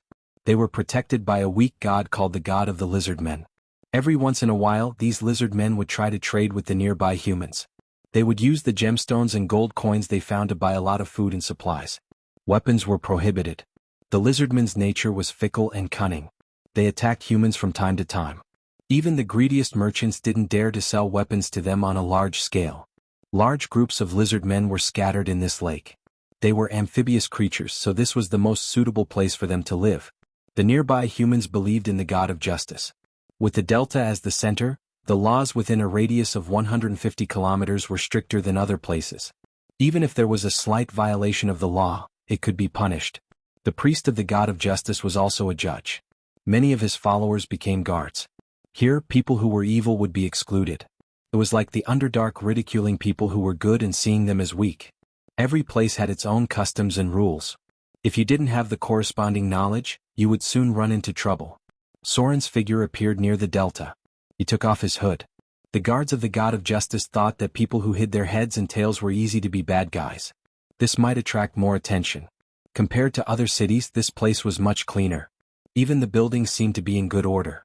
The God of Justice was a relatively good god. Although he leaned towards the lawful good god, he wasn't as extreme as other lawful good gods. However, his priest was also famous for being stubborn. For so many years, he had been trying to promote the idea that the prince was as guilty as the common people. Unfortunately, this doctrine had always been strongly rejected by the nobles. Even the nobles here had only compromised to the point where they had to be punished. For example, if a noble killed an innocent civilian, they would have to pay compensation or be punished in other ways, or even be stripped of their status. However, he would not be executed. This was a relatively kind-hearted place. Although there was a semi-slavery system, indiscriminate executions of slaves would result in fines. Slaves in other places were completely equivalent to private property. Slavery was widespread in this world, but there were strict requirements. Slaves had to have corresponding identification and contract documents. The black market slave trade had always been an industry that the paladins had severely cracked down on. Soren planned to take a boat south from here. This was the fastest way to get to the seaside. It only took 1 or 2 days to reach Shipwreck Bay, which was close to the Soros Islands and the City of Wealth. It was once called Booty Bay. The main reason was that it was once the center of trade with the tropical jungle. Due to the special geographical environment, many ships filled with wealth hit the rocks and sank nearby. It took a long time for humans to find a safe route there. Navigating in Shipwreck Bay was the most popular job. Soren had cleaned up the dark tide murlocs there. These creatures had found a lot of underwater treasures, but unfortunately they rarely went to the land. Note: undead guards. To deal with them, one had to use underwater breathing potions, and they had to fight in a swimming state. Soren was not very suitable for this kind of battle, so he did not stay for too long. Underwater combat was too difficult to master. Soren paid 15 Kindler coins and then found a merchant ship going south. The bottom cabin was filled with goods, and the top cabin had some high-end rooms. A round trip could earn hundreds of Kindler coins. These ships were all owned by the Chamber of Commerce, and the guards were not worse than the caravans. When Soren went up, he saw more than 20 guards, and there was even a guard captain who was above grade 3. This kind of life was no doubt much easier than adventuring, and it could even bring a family a better life. There was not much danger on the river. A few years ago there were lizard men who attacked ships, but now that the guardian of the lizard men had fallen into a deep slumber, those unruly bastards had become much quieter. Soren booked a first-class room. It was above the cabin and the decorations were not bad. A sailor led him to the door and left with a respectful look on his face. After all, the profession of a wizard was very intimidating. Because the ship would sway when sailing, there were hammocks and wooden beds that were fixed. The tables and chairs were directly attached to the wall. Most of the things were fixed or else they would break easily. Soren took off his wizard robe and took out a book to read. He bought some books when he passed by the city. The sailing environment was not suitable for magic research, and he did not like to just sit around, so he might as well read some books. There was never too much knowledge. Soon, the merchant ship swayed slightly. It seemed that they had set sail to the south. The ship was sailing smoothly for now, but the later parts were a bit more troublesome. Under these circumstances, it was impossible to meditate or research magic. If you were not careful, you might get hurt. Anything related to magic required a certain degree of concentration. Footsteps could be heard from outside. Soren hung his robe on the wall and sat on the bed to read. The door of the room next to his opened, and it seemed that the person who lived next to him was the guest. Bang! There was a slight noise as if someone's back had bumped into the wall. Soren's listening skills had improved a lot recently, and he was very sensitive to certain sounds. Sometimes he could even tell what was going on outside based on the sound, such as whether the footsteps were fast or slow, the mood of the passerby, what they were doing, and so on. The basic skills might not seem like much, but the effect of the accumulation of experience was very shocking. Soren seemed to have heard the sound of panting. This made him frown slightly, and he put down the book in his hand. The sound from next door was obviously louder, and he could vaguely hear the moans of a woman and the panting of a man. There was another bang on the wall, and the other side was probably the wooden bed that was fixed to the wall. The guest next door seemed to be a bit too impatient, and he actually wanted to go to bed as soon as he got on the ship. The ship swayed a little.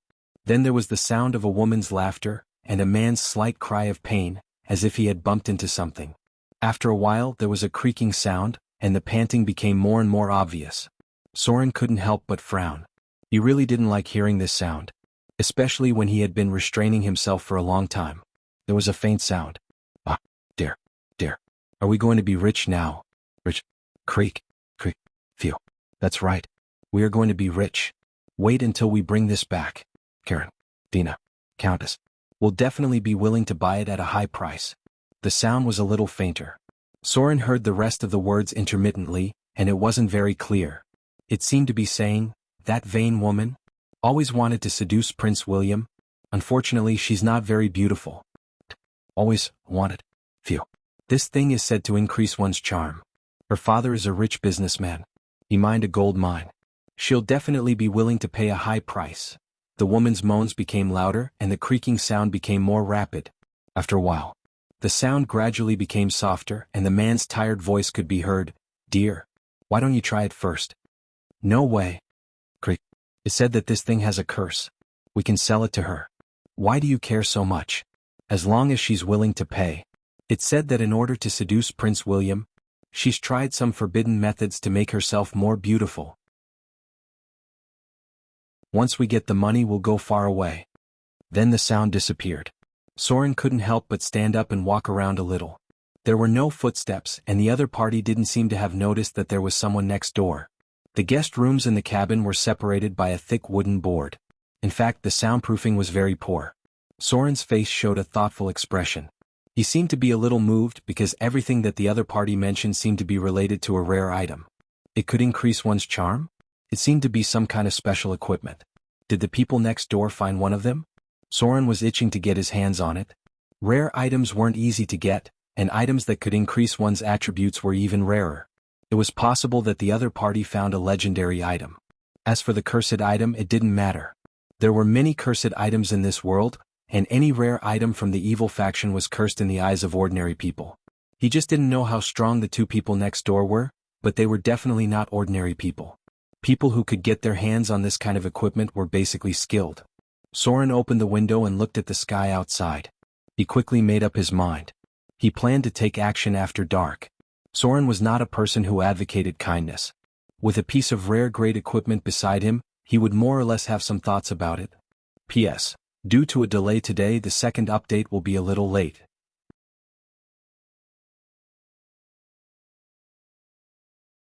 Chapter 171. The sky gradually turned dark. The merchant ship didn't stop. This river was relatively safe, and the person at the helm was also an experienced person. If there were no accidents, it would take a day and a half to reach Shipwreck Bay, which was the estuary of this river. At night, there were noises coming from the room next door. It seemed that the man and woman were quite energetic and they even went to the hammock to have sex. Soren's expression was quite calm. He was just quietly waiting for the opportunity, and from time to time he would pay attention to the movements outside. Stealing was not a good idea. The other party was in the room and in such a small space, it would be troublesome if they weren't legendary rogues. Moreover, there was still a long way to go. If the other party found out that something was stolen, it might cause unnecessary trouble. Soren was a person who hated trouble, so sometimes he would be more ruthless. Moreover, the other party didn't seem to be a good person. If he wanted to do it, he had to be fast because there were other sailors in the cabin, and there were merchant ship guards on the deck. These were all unexpected factors, and they certainly didn't want anyone to have an accident on the ship. Time passed little by little. Soren patiently waited for the arrival of midnight. The man and woman next door had done it 3 times in a row, and they seemed to be really tired. He also heard the man snoring. From time to time, merchant ship guards would pass by once every hour, mainly to patrol the cabin's cargo. After all, the value of these goods was not low. The sailors would work in shifts. There was a large area of hammocks below, the kind where the 2 ends were hung with gauze nets. There were 2 groups of people in the first half of the night and the second half of the night. The situation on the deck was unknown, and Soren basically didn't go out today. No one came to disturb him because people knew that wizards had a strange temper. The food was in the kitchen and the guests could get it if they wanted. If no one came to take the initiative to get it, no one would send it over. After all, this was a merchant ship, not a passenger ship. Soren's fingers tapped on the table lightly. He was calculating the patrol time. The merchant ship guards would appear once every 10 minutes. Their footsteps were 3 people and they would occasionally talk a few words. Then they would enter the cabin, walk around a little and go to the deck. Soren narrowed his eyes and waited for the footsteps to fade away before he turned around and picked up his clothes. Then he slowly pulled out his scimitar. It was not the legendary curved sword obtained by the Frost Kingdom, but the one he had at the beginning. The legendary curved sword was too eye-catching. Crick. Soren gently opened the door without alerting anyone. His figure blended into the darkness, and his stealth ability made him completely invisible in the shadows. He carefully walked to the next door, and then a set of lock-picking tools appeared in his hands. Soren was quite familiar with his old profession. He moved a little and heard a slight click. He had already pried open the door. The people inside did not wake up. They seemed to be in deep sleep. They had been tossing and turning for quite some time. Soren gently pushed open the door. His palms were steady, and he was careful not to make any noise. His night vision allowed him to see everything inside clearly. The scene inside was rather lewd. Women's clothes and dresses were thrown on the ground, along with many small trinkets. There were weapons at the foot of the bed. The other party should also be an adventurer, but he looked like a warrior because the muscles on the man's body were clearly defined. Some of them were very strong and obvious. The woman was curled up in the corner of the bed. Her hair was fiery red, her back was white, her hips were full, her breasts were full, and her legs were slender and strong. She looked quite beautiful. She should also be a professional because Soren saw the calluses on her palms, near the area between her thumb and index finger. His rich experience told him that the other party was good at using short weapons. There was only the sound of breathing in the room, and the man snoring from time to time. Crick. Soren quietly closed the door and then quietly crept over. In an instant, he struck like lightning, directly stabbing his curved sword into the other party's heart on the spot. Originally, he intended to knock out the two people, but since the man was a warrior, his fortitude must be very high. Soren's strength was probably not as good as his, and the possibility of alerting others was too high. So, a cold light flashed in his eyes, and he directly stabbed the man to death. Then in an instant he grabbed the woman's throat. Bang! There was a slight sound of impact. The sound was a little abrupt, but it did not alert the sailors below. The woman opened her eyes in an instant. She opened her mouth and wanted to scream, but her beautiful face was full of fear. Because Soren was tightly choking her throat, she could not make any sound. She could only kick her legs against the deck. The sound made Soren frown, and he swallowed the words he was about to say. Then he twisted his wrist, and with a crisp crack, the woman's neck was directly broken. A faint smell of blood appeared. Soren frowned and covered the blood, then stacked the two bodies together. Some people were very sensitive to the smell of blood, so it was best for him to do something to reduce the smell of blood here. A row of data appeared. Activated backstab. 85 piercing damage to target. Target killed. Extracting soul energy received 550 slaughter EXP. Activated garrote. 24 bruise damage to target. Target's neck broken. Triggered test of death. Target's fortitude failed. Target killed. Extracting soul energy, received 350 slaughter EXP. The man was stabbed in the heart by Soren, which was equivalent to activating backstab.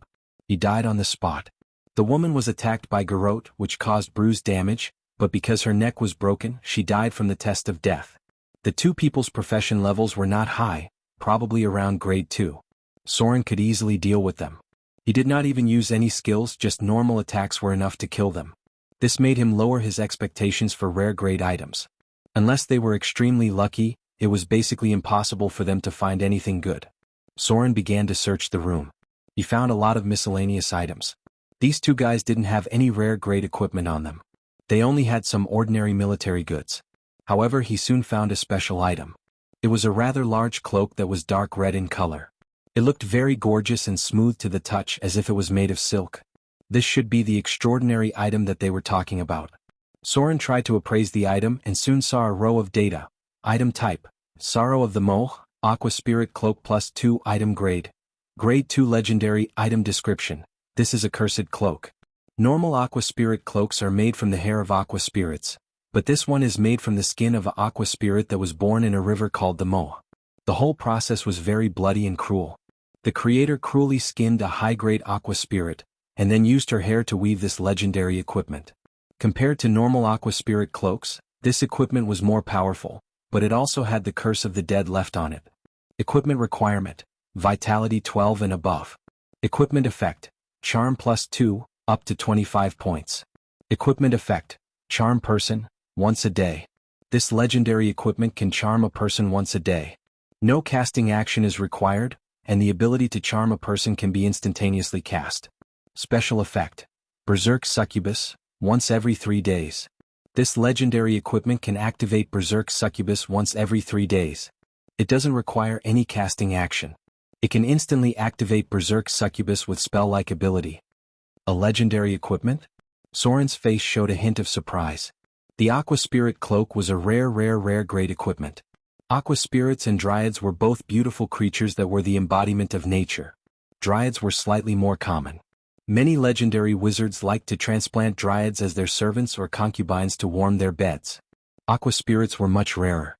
They were the embodiment of rivers, and they had many special abilities. Even wizards would have a hard time finding them. These two creatures belonged to special supernatural life forms and had the innate ability to charm magic. Dryads, Aqua Spirits, Succubus, and Lustful Demons. These were 4 creatures that were born with extraordinary charm. When they reached adulthood, their charm would be 20 points, and they had the ability to instantaneously cast special charm spells. Ordinary Aqua Spirit cloaks were made with their hair, and then enchanted with special spells. Under normal circumstances, it would increase charm by 1 point, and occasionally it would have additional effects. The Aqua Spirit cloak in front of him was made with a special method. It was similar to the human skin cloak. Not only was it made with Aqua Spirit's hair, but it was also made with her skin. No wonder it had the curse of the Aqua Spirits. This equipment reminded Soren of the human skin cloak in the abyss. That cloak was also a legendary equipment, and it gave +3 charm to creatures of the evil faction. Wearing such a cloak required a certain amount of mental strength. Soren gave up the human skin magic armor because of his resistance. In the end, he wore the legendary dragon skin armor, which was less stressful. He gently touched the cloak with his finger as if he had sensed something. It was a wailing illusion, and there was indeed the curse of the dead soul entwining around it. Soren's wisdom wasn't high enough. If his wisdom was high enough, he could feel more and he could even communicate with the souls on it. Soren quickly put away the legendary cloak. Then he began to deal with the corpse. He would arrive at Shipwreck Bay tomorrow, and he had to do a little cleaning to make sure no one would find it. As for what would happen later, he didn't care at all because he had already left.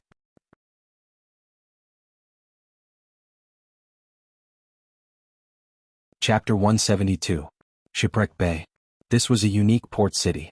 The location of the port occupied a third of the city. A 10-meter-tall lighthouse divided the port into 2. On the left were merchant ships that ran river transport, and on the right were large ships that ran sea transport. The city seemed to be a bit noisy. Men with swords and knives could be seen everywhere. Due to the special geographical environment, Shipwreck Bay was a bit chaotic. The forces of the gods were also intertwined. It was also the largest port near the south coast to sell stolen goods. Soren glanced around and found that 3 or 4 groups of people had gathered. They were either local gangs or pirates who hunted on the sea. The forces of the temples here were more mixed. There were priests who believed in the Lord of Storms, priests who believed in the sea goddess, and other gods who protected the evil and illegal trade in the shadows. This was a chaotic area, and it was best not to cause any trouble. Soren was wearing a dark red cloak, which made him slightly eye-catching. The others could not help but take a second look at him. A young man looked around sneakily and then stumbled over. Huh. Soren frowned and instantly grabbed the young man's wrist. He then twisted his hand and put the young man on the ground. There was a scream. There were obviously 3 or 5 men who wanted to come over, but Soren had already let go of his hand. He coldly looked at the young man kneeling on the ground and slowly said, "Keep your eyes open. Next time be careful not to lose your life." This was a thief. There was a group of people like this in almost every city. They liked to rob foreigners, and under the protection of the local gangs, they would hand over most of the stolen goods to the local gangs. Soren used to do this kind of thing. He would steal from the docks and look for easy targets. Foreigners were the priority because they were unfamiliar with the place and were easier to deal with. However, this guy was a bit blind to steal from him. Maybe it was because Soren did not wear any weapons, and because he had changed his cloak, no wizard symbol could be seen. Black silk gloves and a delicate dark red cloak. Soren was a little eye-catching. Occasionally, some women would look at him, and when they saw his handsome face, they would blush or stare at him a few more times. Due to his half-elf bloodline, he was already quite charming. Now that he was equipped with a cold, arrogant, and luxurious cloak, it was obvious that he was even more handsome than before. No matter how you looked at it, the cloak made Soren look cold and gloomy, like a noble with a slightly arrogant air. The external manifestation of this kind of charm was to leave a deep impression on people after seeing it, or to be inadvertently stunned. The former was for men, the latter was for women. Soren's charm was originally 16 points, and now that it had increased to 18 points, he felt as if he had just met Gloria for the first time. He was shocked by her aura, and it left a deep impression on him, even though he had never seen her face before. Soren seemed to be a little uncomfortable with this kind of attention. He couldn't help but frown slightly, then turned and walked toward the alley. Having high charm had its benefits, but it also had its corresponding troubles. People with extraordinary charm could easily become the main character in a crowd. At first glance they would look like cranes in a flock of chickens. This was not necessarily a good thing for a rogue. Someone sneakily followed him, and after a few glances they walked away. Gangs like to pay attention to some special people, and sometimes these guys would even sell information. However, Soren was looking for a different group of people. Gangs were mostly people who couldn't be seen in public. He was looking for an organization that specialized in selling information. These people were the real well-informed local bullies. People who had never entered the Grey Realm would not recognize the code signs on the streets and alleys. Even adventurers would need experienced rogues to lead the way. Soren had come into contact with almost all the top Grey Realm organizations, so he quickly found an inconspicuous sign, and then turned to the location of an underground casino in the depths of the alley. There was a strong thug at the door. When he noticed that Soren was an unfamiliar face, he couldn't help but frown, but then he forced a smile because Soren showed a special emblem. "I want to ask for some information. Take me to your boss or I'll twist your head off." Soren's expression was indifferent, but the other party could not help but shudder. He quickly led Soren to the back. Inside was a group of gamblers, nearby residents, coolies who made a living at the docks, and occasionally ferocious-looking pirates. Soren followed him up the stairs. There was a circle of thugs standing around lazily. There must be a lot of people in a place like this. When Soren reached the second floor, he heard a woman yelling. He kicked the door open and walked in. There were two seductive prostitutes in the room. Their faces were covered with heavy smoky makeup. Their eyelids were black and their lips were bright red. These women even dared to apply arsenic on their faces. The two women were stacked together.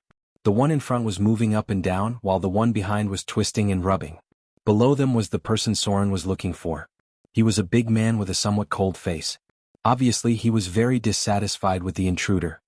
His face instantly turned ugly as if he was about to get angry. "Get them out of here."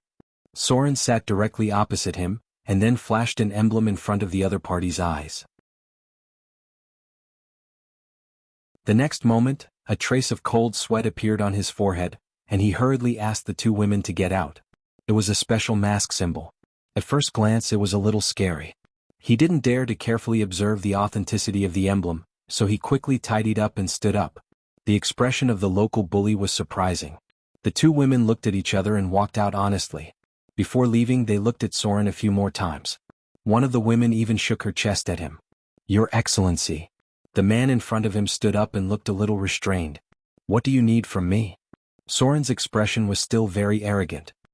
He glanced at him as if he didn't care and slowly said, "I want to know all the news about the Son of Fear." Clang. He directly threw out a money bag and a few glittering Kindler coins jumped out. The man's eyes were immediately attracted. At this moment, Soren's pupils became a little evil. He looked directly at the man's eyes and said, "Tell me everything you know. Don't hide anything or you should know the consequences." Fear eyes. Charm humans? The man in front of him seemed to be shocked by the gaze, and then his expression was stunned for a moment. The next moment he returned to his original appearance. He stood up respectfully and nodded. "Your Excellency, don't worry. I will never hide anything." Time passed quickly. When Soren came out of the room he frowned slightly. Only after his men had left the underground casino did the gloomy man come back to his senses. He muttered, "What happened to me just now? Why did I tell him everything?" He couldn't help but tremble and his expression seemed to be a little scared. But when he saw the money bag in front of him he quickly took it. Anyway, the other party paid for it. The man shook his head and said, "This guy is too dangerous. There's no need to provoke him." In the alley. Soren walked towards the location of the hotel. Charm spells were still so useful in inquiring about information, but it used to be done by warlocks. Now he could also cast spells himself.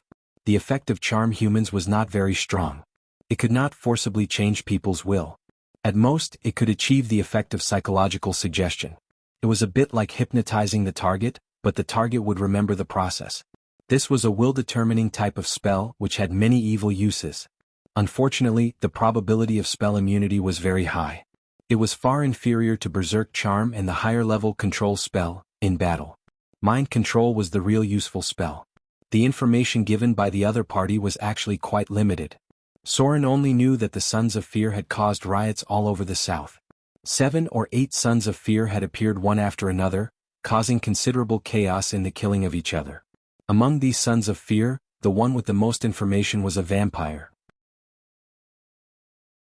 It was unknown how the Dreadlord cultivated the vampire son, but this guy was the most dangerous one among them. He had killed 3 or 5 Sons of Fear one after another, and his strength was close to the realm of high-grade legends. This guy's traces were all over many areas. It seemed that he was constantly hunting other Sons of Fear and was currently close to the coastal area. The latest information was that he had appeared near the City of Wealth. There was no Vivian's whereabouts. The other party was just an organization that believed in the god of rogues and did not have such amazing intelligence. The only useful news Soren had was that the vampire son seemed to have angered some existence. Recently, a legendary paladin was chasing him. Soren was familiar with the paladin because the other party was called the Silver Hand. This was a paladin who believed in the god of truth, and there was also the Hand of Justice. These two paladins were very strong, and of course their equipment was even stronger, because they both had a divine artifact in their hands. Most of the paladins were fanatics, and the lowest was a devout believer. This kind of profession could easily make the gods look favorably upon them. They were the gods' first-class fighters. It just so happened that the paladin was one of the professions that restrained dark creatures the best. No wonder the vampire son was being chased everywhere. Soren was going to stay here for 2 days, and then continue south to look for Vivian.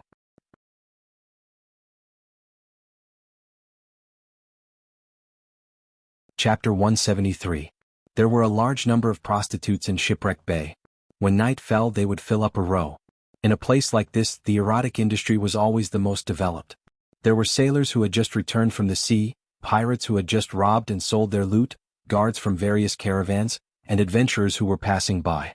After drinking to their heart's content in the bustling tavern, their next entertainment was to find some beautiful women and have a good night of relaxation.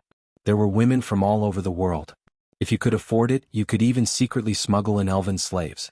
However, these were not to be taken out in public. Otherwise, it would offend many powerful forces. Most of the women on the table here were half-elves. Their price was several times higher than ordinary women. They were rejected by elves, and it was difficult for humans to accept them. The status of any mixed-blood creature was actually very awkward. Of course, there were not only a large number of prostitutes here, but also countless underground casinos and all kinds of strange places to satisfy their strange habits. However, Soren did not relax here. Because he had been wandering in the gray area all year round, he knew all too well how many troublesome things there were in this place. For example, he just saw a woman who was very seductive. She had full breasts, a slender waist, slender legs, and very white skin. Her eyes were a little seductive. When she noticed Soren, she even gave him a seductive wink. Her appearance was very seductive. She was a very beautiful woman. However, Soren's expression was full of vigilance. He slightly crossed his fingers, then bowed and walked in front of her. The seductive prostitute's expression was slightly startled. Then she revealed a playful smile. She quietly nodded and showed her finger. There was a simple ring there. Then she looked elsewhere. Seeking pleasure in Shipwreck Bay also required a lot of foresight. There was never a lack of fools who lost their lives because of lack of foresight. The result of being blinded by lust was very likely to wake up as some kind of monster or leave behind a blood-sucked corpse. It was a vampire. It should be a dark creature of the bloodkin level. High-grade vampires rarely came out to hunt. That's right. There were many vampires here. In any city with a developed sex industry, there would be many vampires hiding in the dark corners. They also needed wealth to maintain their lives, especially since these creatures were born to enjoy a more luxurious life. They also needed a sufficient source of food, and seducing lustful prey was undoubtedly the best way. If you walked in front of this beautiful vampire, you would find that she was very attractive, because the charm spell had already been cast on you. Then you left with her and entered a dark alley. You might have unknowingly arrived at a rather eerie place in the twists and turns that were filled with sex and seduction. You might have even unknowingly walked into a secret room in the sewers. Soon after, you will find that there is not only one beautiful woman in the room, but also other beautiful women who are looking at you with thirsty eyes, which will make you feel very excited. What followed next was a feast. If you are handsome and strong enough, you may experience unimaginable pleasure in a group of vampires, and when you are done, it is their turn to feast. Even if you are a quasi-legendary profession, you might not be able to escape from a group of vampires, because there are even stronger existences in their lair. These women are the slaves who provide for them. They seduce those who seek pleasure, kill them and take their wealth, then offer it to the master who turned them into vampires. The scene was beautiful but also cruel. You can enjoy a lot in a group of beautiful vampires, but unfortunately, you will be thrown into a stinking ditch the next day. Yes, it should be your corpse. There were too many interactions between the Grey Realm and the Dark Realm. Soren had come into contact with more than 100 vampires, and he had even watched the entire process of a vampire hunting. These creatures were dirty, evil, depraved, and lustful. They were chaotic and they killed their prey without mercy. The kind of vampires in the stories did not exist at all. When they began to survive on humans, they had already fallen deeper and deeper into the darkness. Soren found an inn just down the street from where he'd been staying. There were not many customers inside and he could see drunkards in the corner. The barmaids were wiping things and there was a middle-aged woman at the bar counter. She looked a bit strong, and a woman who looked strong was definitely not simple. Soren quickly booked a room and then followed the barmaid to the second floor. The barmaid's hips swayed and she even turned around and gave him a flirtatious look. Ever since Soren put on the cloak, his luck with women had improved a lot, and he did not know how many flirtatious looks he received along the way. After entering the room, he directly closed the door, blocking the barmaid's hints outside. The inns in this world were all the same, and you would get bored if you came into contact with too many of them. Soren took off his clothes and then lit a candle to read a book. The room's soundproofing was not good and he could hear the noise below. Soren took out a magic scroll and flipped through it. Occasionally he would pick up a quill to write and soon he had filled 5 or 6 sheets of white paper. Heavy footsteps could be heard outside the door, as if there was a creature of great weight walking past. He also heard the sound of armor colliding. Time passed little by little. Soren did not plan to stay up all night. Just as he was about to pack up and rest, there was a noise outside the window. It was a woman's moan. He frowned and walked to the window on the second floor to take a look. He could see a drunk man who reeked of alcohol, throwing himself into a woman's arms and kissing her. Under the silver moonlight, the woman's skin was pale. She pretended to moan a few times, and then her expression turned cold. Her pupils slightly changed color, and fangs appeared at the corner of her mouth. Then she bit the man's neck. Large amounts of blood gushed out from the artery, and the woman sucked it like she was drunk. The man was still immersed in the bosom in front of him, and did not notice the arrival of death. Charm spell. The charm spell of vampires was very special, and it would not wake the target when it was attacked. The woman did not notice Soren's gaze. She seemed to be a newborn vampire. Because vampires with families would not hunt outside, it would cause too much trouble. They would hide in corners and sneak around in dark basements. Newborn vampires could not control their desires. Most of them were very hungry, so the man in front of her died very quickly. He did not slide to the ground until he had eaten his fill. The woman glanced to her left and right, then prepared to leave. Soren frowned slightly and showed a thoughtful expression. He raised his hand and knocked on the window. Then he opened the window and looked down. Slowly he said, "Didn't your elders teach you how to hunt? You just threw the body here after you finished eating?" Whoosh. The woman, who was just about to leave, suddenly turned around. Her pupils shone with a dark green light, and her sharp fangs were exposed. Her fingernails became sharp and black. She slightly squatted down, which was a standard hunting posture. However, her target was on the second floor. Soren's expression was still calm. He looked at her coldly and said, "If I were you, I wouldn't do that. It's a very stupid thing to do. Throw the body into the sewer in front, and then deal with the blood. After you're done, come to me. I have something to talk to you about. I don't think you would refuse the invitation of a kind stranger, right? Am I right? A defector?" At the end, Soren's expression was quite playful. He slowly said, "You're quite brave. A newborn actually dared to defect. And you even succeeded. The woman's expression was a little hesitant. She hesitated for a moment, and then directly picked up the body on the ground with one hand. The man's weight was estimated to be around 200 pounds, but she effortlessly carried him with one hand. After dealing with the blood, she walked towards the sewer in front of her. Soren looked at her back and added, "Remember to deal with the wound on his neck. Make it look like he bled out." The woman gently nodded. Soren didn't close the window. He walked to the bedside and sat down. His expression was a little uncertain, as if he was thinking about something. After a while he put on the cloak next to him and then put on the battlemaster gloves. Weapons appeared in his hands one by one, and then disappeared one by one. Newborn vampires were very impulsive and aggressive. He had to be careful because the other party could attack at any time. Educated vampires wouldn't hunt like this. Even the one he met before knew how to lure the prey to the graveyard, and then directly deal with the body after eating. This was obviously an uneducated newborn. After a vampire completed their transformation, they would be taught by an elder for a long time. They would be taught how to survive, and they would be confined to stay away from other people. Although vampires were powerful creatures, that was only in the eyes of mortals. If dark creatures dared to appear in the open, there was no need for the gods to intervene.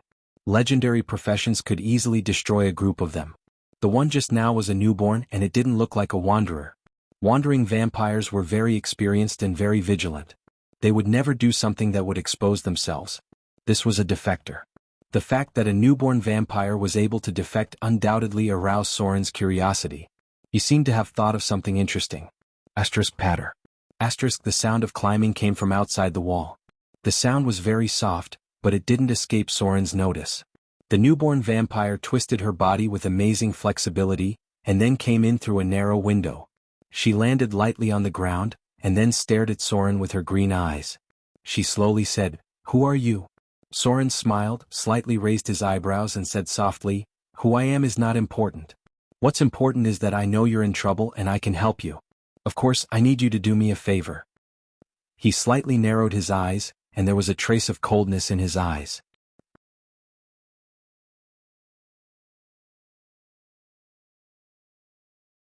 Chapter 174. Newborn vampires were very impulsive. They still couldn't fully control their strength, especially when they had just turned from a living person to a dead person. They had to face the choice of hunting humans to survive. Many newborn vampires would enter a period of madness during this period of time, and then they would be forced to be imprisoned in the coffin for a long time. This process was called hiding, and there would usually be other older vampires watching over them. These older vampires would be nurtured for a period of time, either for a few years or more. When the newborn gradually stabilized and their emotions were under control, they would then be released. This was a very difficult process. Vampires seemed powerful, but their growth cycle was too slow. They needed to spend hundreds of years to reach the 4th grade. The newborn in front of him was actually only at the 3rd grade. It seemed powerful because vampires were creatures with higher biological levels. They had innate attributes such as agility and strength that were much higher than ordinary people, and they also had spell-like abilities. The one in front of Soren was a defector. She had just turned into a vampire and defected, so she lacked the survival experience of a vampire. If a defector like her was caught, they would either be imprisoned for a period of time or directly executed. Because defectors were uncultured people, it was easy for them to expose the vampire's tracks. Moreover, their uncontrollable thirst for blood would attract powerful enemies, which was a disaster for vampires. The woman in front of him had already lost her initial beauty. She stared at Soren and said, "Help me? How can you help me? Can a mere human help me?" Soren smiled inexplicably and said slowly, "It seems that you overestimate the abilities of vampires. I'll stand here and not move. As long as you can force me to take a step back in 3 attacks, then it'll be your win. How about that?" What an arrogant tone. However, Soren now had to increase the psychological pressure on his target. For a newborn who only had brute force and not much skill, what he said just now wasn't an exaggeration. The current Soren was no longer the Soren of the past. He had the ability to fight back against a quasi-legend. Alright. The newborn vampire had a ferocious look on its face. Without hesitation it launched an attack. It leaped onto the wall and crawled on it. Then it pounced on Soren. Like an eagle hunting for its prey, it slashed its sharp claws at Soren's throat. It seemed like it wanted to kill him in one move. However, Soren's expression didn't change at all. He even closed his eyes and opened his palms slightly. Just as the vampire was about to pounce on him, Soren leaned back 90 degrees and dodged the vampire's sharp claws by a hair's breadth. At the same time, a cold light flashed in his hand, and with a plop, the newborn vampire fell behind him. Soren's hands were still empty. The newborn vampire looked at her abdomen in disbelief. There was a half-foot-long wound on her abdomen, and there was frost on it. She had almost been cut open. If it wasn't for Soren's mercy, the sword would have cut her abdomen. Even with the body of a vampire, half of her body would have been cut in half. Although this kind of injury wouldn't take the vampire's life, it was enough to fill her heart with fear. She lowered her head slightly and pressed her fingers on the wound. Soren's expression was cold and arrogant. He said indifferently, "Do you want to try again?" The newborn vampire shook her head and said, "No need. Your Excellency. I already believe in your strength, but I don't know why you want to help me. What do you need me to do for you?" Soren felt that his acting skills had improved a lot. Maybe it was because he had more contact with women. In the past he only interacted with men, so his acting skills didn't improve much. Now his acting skills had increased by at least 10 points. Sure enough, dealing with women required acting skills. The basic skill of acting was surprisingly useful in many cases. He gently moved his wrist and said slowly, "I just happened to meet you. I need something useful, and the elder who was hunting you has it. So, I want to help you kill him. As for what I need your help with, we can talk about it after you're done with your problem. What's your name?" The newborn vampire hesitated for a moment before whispering, "Ariana." It was a bit of a mouthful. Soren repeated it and said, "Very good. Ariana. Tell me about you. I need to judge the strength of the elder who captured you. After all, someone who can turn you into a vampire isn't easy to deal with."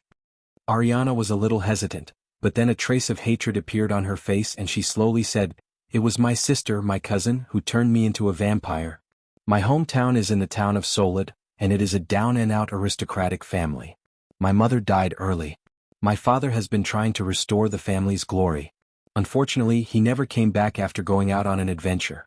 12 years ago, his cousin married a nobleman who was on a journey and left with him. This year she returned to her hometown. We were very happy, but we didn't expect her to become like this. She killed the others and then turned me into a vampire as a servant of her master. I escaped, and then I escaped to Shipwreck Bay. What a melodramatic story." Although the woman in front of him didn't explain it in detail, Soren could guess the process. Her cousin who turned into a vampire went on a killing spree. She seemed to have killed the other family members and then left her, who was quite beautiful, to be turned into a new vampire servant. Vampires were creatures that were based on appearance.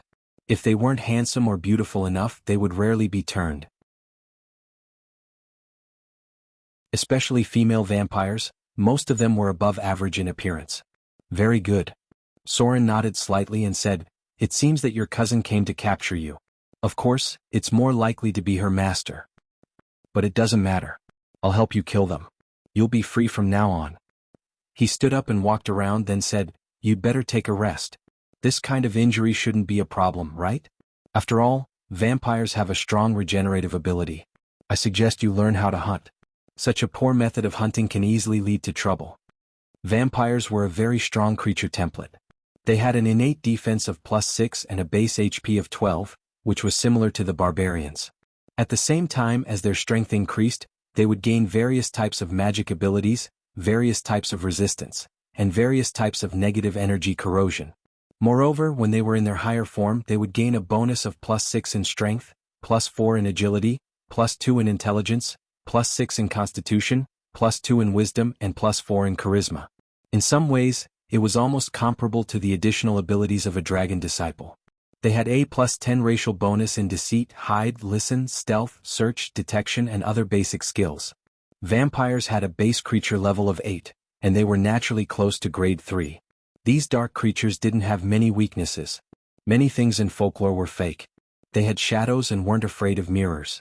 Garlic was just the smell that they hated. The only thing they were afraid of was sunlight. It would greatly reduce their strength and could even kill the weak vampires. Their fatal weaknesses were their heart and brain. High-grade vampires could transform into bats and gaseous forms. They were a type of creature that was very difficult to kill. The rest of them were similar to undead creatures. Soren had killed many of them before. Vampires had a very important part on their bodies, and that was their spine. This was a special casting material, and it was also a key tool for the evil bloodline purification. The bloodline purification ritual was a transformation of a supernatural life form. There were many special casting materials in it. They could increase the effectiveness of the bloodline purification ritual, but they wouldn't change the bloodline of their own race. There were more core materials for the evil bloodline purification ritual. They came from more than 10 different sources such as vampires, werewolves, liches, demons, devils, dragons, and so on. The simplest bloodline purification ritual was directly blessed by the gods. Soren naturally wouldn't be naive enough to think that the gods would be willing to bless him. The second most convenient material was dragon blood. However, it had to be a purebred dragon, and the minimum requirement was a white dragon. In the stories, there were many professions that became stronger after bathing in dragon blood. This was actually a bloodline purification ritual. They were still humans. However, these people had unconsciously completed the bloodline purification ritual, and their vitality had been increased by the dragon blood. This ritual was like they could have grown to this level of vitality, but because of some defects such as insufficient nutrition when they were young, lack of training, or other defects, they didn't reach the peak of their vitality.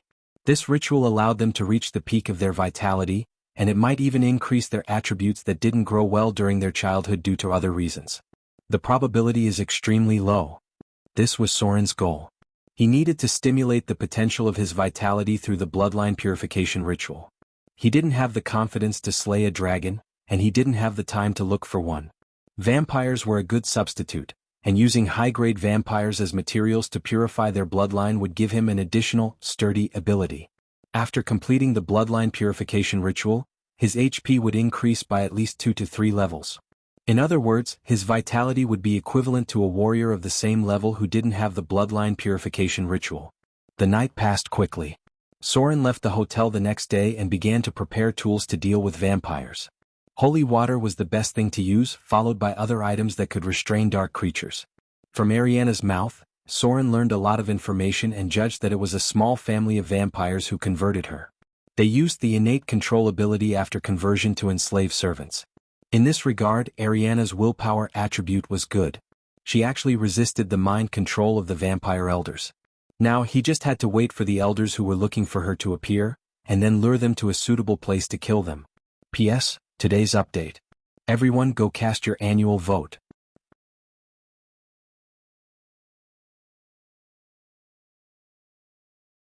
Chapter 175. Don't provoke those local snakes. Although Soren already had the idea of purifying the bloodline, he never planned to attack the local vampires. The main reason was that these creatures were able to survive in the area for such a long time, whether it was their connections or their strength, they were very difficult to deal with. He was basically sure that the newborn was not a local vampire, or else she would have been captured long ago. If Soren remembered correctly, the leader of the vampires in the shipwreck harbor was an earl, who had existed for more than 800 years, and at the same time controlled a group of pirates. It was an old-fashioned and mean old thing, a standard high-grade legendary creature, with a morbid pursuit of the rules. Although vampires had long lives, unfortunately they did not live for too long. Unless they were willing to hide in the cemetery and not come out, sooner or later they would be killed by adventurers, paladins, or other people who believed in kindness and justice. Because even legendary vampires could be directly killed by an 8th circle sunburst, not even leaving a speck of dust on the spot. Vampires were famous for being rich. During the Age of Chaos, who knew how many quasi-legendary wizards and priests were looking for vampires everywhere, completely on the rhythm of making a fortune. If Soren mastered sunburst spells or had a sunburst scroll, he would dare to challenge legendary vampires. The priests of the god of light killed the vampires in batches. Soren prepared high-density holy water, which cost him nearly 200 Kindler coins. This holy water was a special item made after a ceremony, and its effect was stronger than ordinary holy water. It could cause 60 holy damage to any evil creature, and it could even cause double damage to undead creatures. If it wasn't for the obvious weakness of dark creatures and undead creatures, many people would have changed their race. After all, the attributes provided by vampires were too high. Sunburst spells could cause double damage to them, and control undead creatures could also directly control them. Soren did not come back until nighttime. Vampires did not move during the day, so there was basically no problem during the day. When he came back, he saw Ariana wiping the corner of her mouth, and a trace of blood could be seen.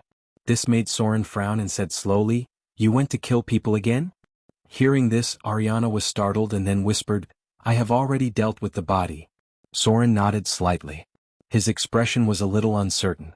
The newborn in front of him was way too thirsty for blood. She had just killed an adult yesterday and today she couldn't help but want to suck blood.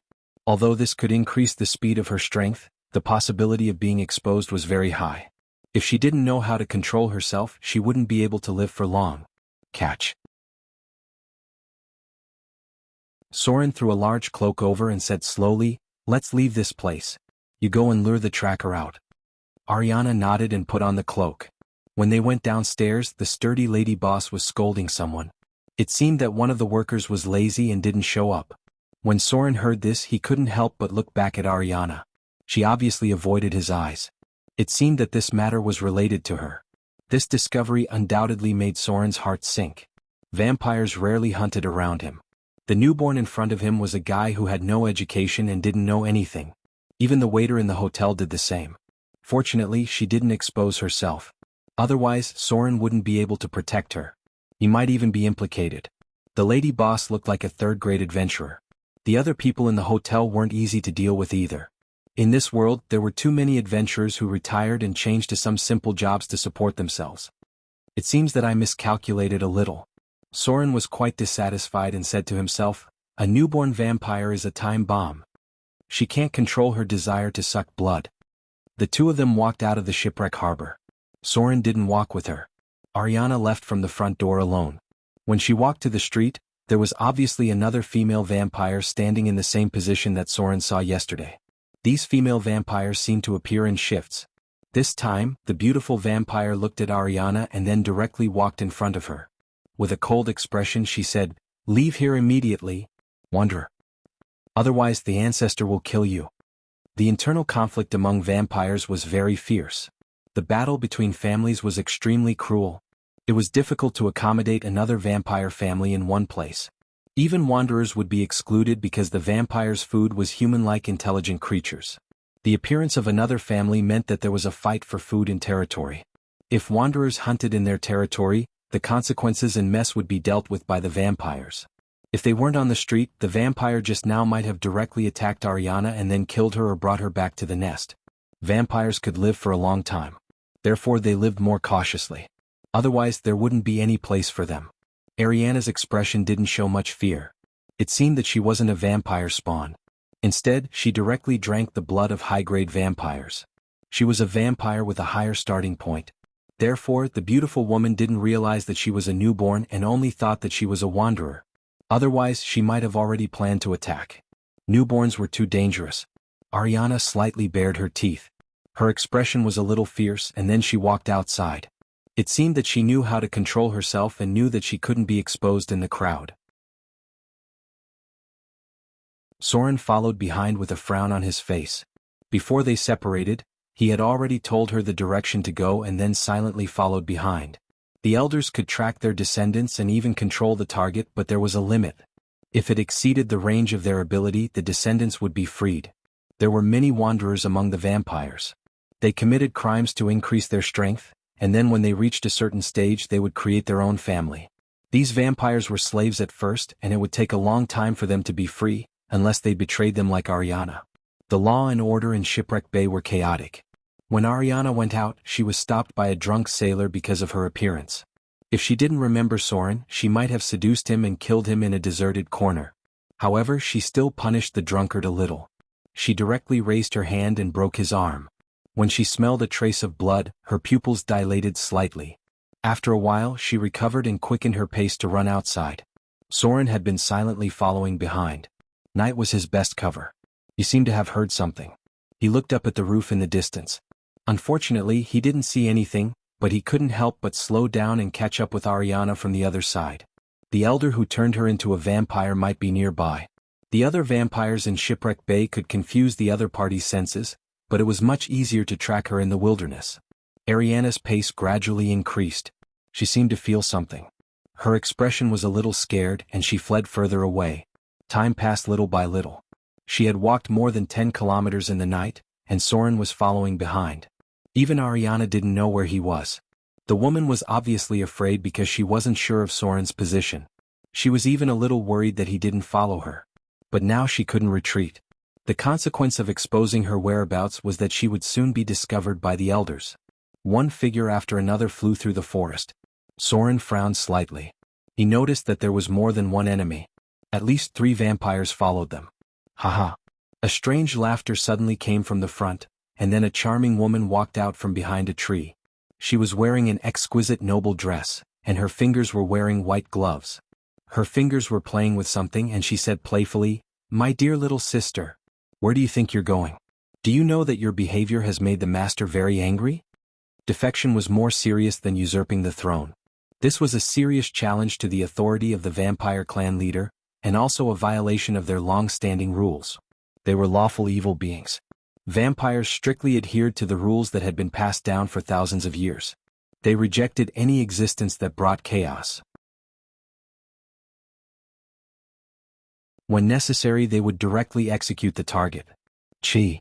Ariana opened her mouth and revealed sharp fangs. Her pupils turned green and black claws appeared on her white fingers. She looked at the woman in front of her with hatred and said, "I don't have any master. I'm free. You killed my family. You killed my family. You monsters. You monsters." "Monster?" The charming woman laughed and her whole body trembled. Her expression suddenly became cold and said, "Aren't you a monster? Look at yourself now. To be able to enter the bloodline form so quickly, you must have killed a lot of people, right?" Ariana's expression was a little ugly. She looked at the woman in front of her, and her expression was slightly absent-minded. She said as if she was comforting herself, "It's all you're doing. You made me like this. You made me like this. All the people I killed were people who deserved to die. None of those men were good." "Is that so?" A cruel smile appeared on the charming woman's mouth. She suddenly made a gesture, and her figure instantly rushed over. 2 other figures rushed out from the side, and it seemed that they intended to subdue her at once. 3 afterimages attacked. Ariana let out a low roar and directly rushed toward the charming woman in front of her, as if she wanted to die together with her.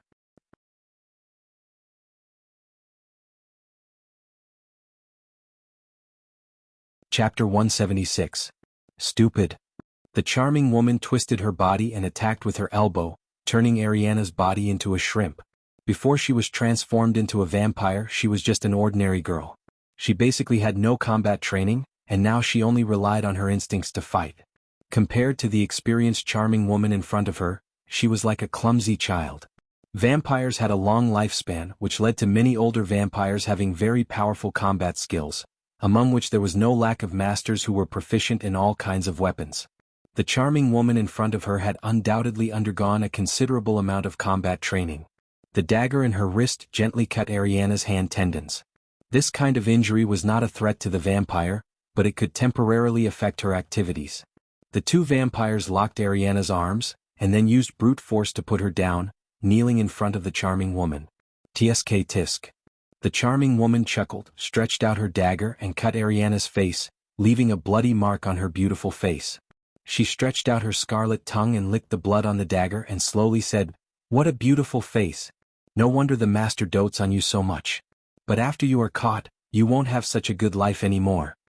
As if with a trace of hatred, she drew the dagger and slashed across Ariana's face. Streaks of blood could be seen. Ariana's face suddenly became bloody, but the vampire's powerful regenerative ability was still there, and the wound gradually recovered. "I'm going to kill you." Ariana opened her mouth, revealing her sharp fangs, and glared at the charming woman in front of her.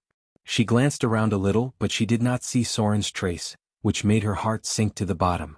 The 2 vampires behind her firmly held her arms, completely suppressing her in place. Because she struggled too hard, one of them directly stepped on her and said slowly, "Take her back. The master will give her the punishment she deserves." The charming woman glanced at him and said coldly, "I don't need you to teach me. Break her limbs and take her back." Vampires had a strong regenerative ability, so it didn't matter if their limbs were broken. It was undoubtedly much more convenient after their limbs were broken. A look of despair appeared on Ariana's face. She struggled desperately, letting out a beast-like growl. Her pupils gradually expanded, turning from green to blood red, and finally her entire eyeball was blood red. This strange change shocked everyone. The charming woman frowned and said, "Berserk bloodline? Damn it. It was her father's bloodline." Her father was a berserker. Just as they were about to break Ariana's limbs, a dark figure suddenly appeared behind one of the vampires. With a flash of cold light, the scimitar directly pierced the vampire's heart. Traces of frost appeared on the vampire's body. The vampire's skin that touched the scimitar sizzled as if it had touched sulfuric acid. Before he could scream, Soren twisted the scimitar and crushed the vampire's heart. A corpse was left on the spot, its skin and flesh rapidly aging. This was a low-level vampire that had lived for over 100 years. There was an enemy? This sudden attack caught them off guard, and they lost control of one of the vampires. Ariana roared and rushed over, then opened her mouth to bite the charming woman in front of her. Soren withdrew his scimitar in an instant. When his figure escaped into the darkness, he disappeared. He used the ability to hide from sight and re-entered the state of stealth. The charming woman was entangled in place by the berserk Ariana. The other vampire wanted to help, but he was very afraid of Soren, who was in stealth. He couldn't find this enemy at all. Kill her. A cold light flashed in the charming woman's eyes. She didn't show any mercy and directly stabbed Ariana's heart. She was just an ordinary girl not long ago. She couldn't dodge at all and was hit in the heart in an instant. She seemed to have fallen into a state of madness. Ignoring the wound on her chest, she turned around and bit the enemy's neck. Ah! There was a scream. The charming woman's neck was stained with blood. Her face became violent, sharp fangs appeared in her mouth, and her expression was quite ferocious. She grabbed Ariana's arm and broke it, then tore it off with a crack. Ariana still clung to her tightly, biting off a large piece of flesh from her neck. Blood gushed out. She clamped her waist with her legs and bit down on her neck. Swoosh! Another cold light appeared in the darkness, and Soren's figure appeared in an instant. He waved his scimitar and pierced through the chest of another vampire, and then sprinkled some liquid on his body. There was a sizzling sound, and the vampire's body seemed to be corroded by sulfuric acid. In the blink of an eye, he was unrecognizable. He withdrew his scimitar and disappeared expressionlessly. The next moment, the nearby shadows distorted, and his figure appeared behind the enemy in the darkness. He waved his scimitar at the charming woman in front of him. The opponent's instinct to dodge was very amazing. She actually predicted it in advance and turned around to block the attack with Ariana, who was entangled with her. The scimitar was already in full force, and Soren couldn't withdraw it after activating Shadow Jump. Pucci. The scimitar pierced into Ariana's back. Even though Soren had shifted his position, the holy water on the scimitar still corroded her flesh and made a sizzling sound. She let out a painful howl, but then Ariana did something that no one expected. She actually hugged the charming woman behind her, and the scimitar pierced through her abdomen from her back, and then pierced into the charming woman's body. Another blood-curdling scream rang out. Soren had no time to think about anything else. Another scimitar immediately appeared in his hand, and then he instantly slashed at the charming woman's head. A charming head fell to the ground. The scimitar in Soren's hand cut off the enemy's head by a hair's breadth, and then it stopped right in front of Ariana's head. Thump. The headless body fell to the ground and blood gushed out in large amounts. Ariana weakly loosened her legs, and her eyes seemed to be a little dazed. The heart in her chest had been crushed, and she didn't know why she didn't die on the spot. Before a vampire reached the higher order, the head and heart were fatal, but she could still continue to fight with a heart injury. The charming woman wasn't a high-order vampire. Although she had sucked the blood of high-order vampires, she didn't have the ability to turn into a bat or gaseous state. Why are you doing this? Soren's expression was a little inexplicable. He looked at Ariana, who was getting weaker and weaker. Her heart had been crushed, and this kind of injury was basically incurable. He let out a sigh and slowly said, "As long as you hold them back, I'm sure I can kill them. Why do you have to fight so hard?" Soren hesitated for a moment, then he waved his scimitar and cut his wrist, put it in front of her mouth and said in a deep voice, "Drink. Maybe it can heal your injury." Blood was flowing. Ariana's expression was a little sober, but she looked very weak. She used her remaining arm to move Soren's wrist away from her mouth and then murmured, "I saw my brother. I saw a lot of dead people. I don't want to kill anyone. I really don't want to kill anyone." A drop of blood-red liquid appeared in the corner of her eyes. It was said that the tears that vampires sometimes shed were blood, but this was the first time Soren saw it. "You'll die." Soren knelt in front of her and said with a complicated expression, "Drink my blood and you may come back to life." Ariana slowly shook her head, and her pupils became more and more unfocused. She said in a low voice, "I am finally free. Thank you. Thank you, Soren. My soul. Will it be redeemed? I don't want to fall into the abyss of hell." Soren was silent. Vampires were destined to fall into the abyss of hell. Unless a legendary priest or a saint held a redemption ceremony for her, her soul was very likely to be reborn in the abyss of hell. This was a pure soul.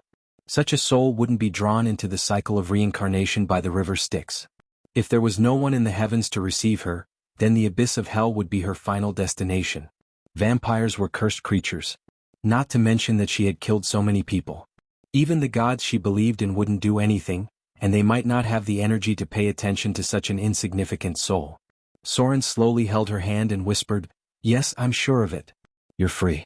No one can enslave you anymore. As long as your heart is still pure, no one can desecrate your soul. May you be redeemed. May your soul rest in peace." Ariana's mouth showed a smile with difficulty. Her pupils gradually dimmed and she murmured with her last words, I'm sorry." Her hand fell weakly and no one knew what her last words meant. Soren inexplicably felt a little suffocated in his heart. He slowly put down her arm and then walked to the charming woman's body. He cut open her spine and took out the central half of her spine. He silently cleaned the battlefield. Although he wasn't injured at all, he still felt a little uncomfortable, as if he was suppressing something. He bent down and picked up Ariana's body, and took her arm that was torn off by the enemy. A complete body. This was respect for the dead. Sauron carried the corpse and walked into the darkness, heading into the distance. This was a good girl. No matter what she had experienced, no matter what she had done, her soul was still pure. She should have a quiet and beautiful place to bury her bones after death. That place would be full of flowers in the spring next year. P.S. Looking for an annual vote.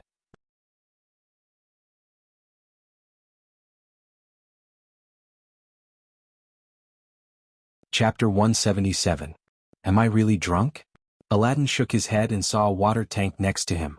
He tiptoed and dipped his head into it. When he came out, his eyes were obviously sober.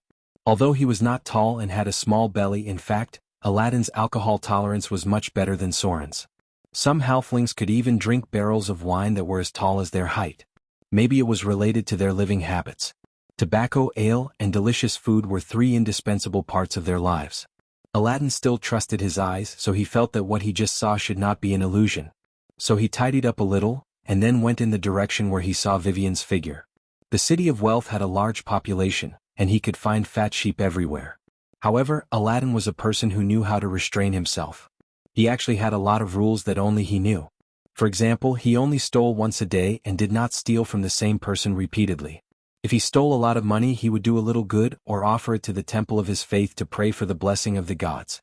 His camp had always been swinging between chaotic good and lawful neutral.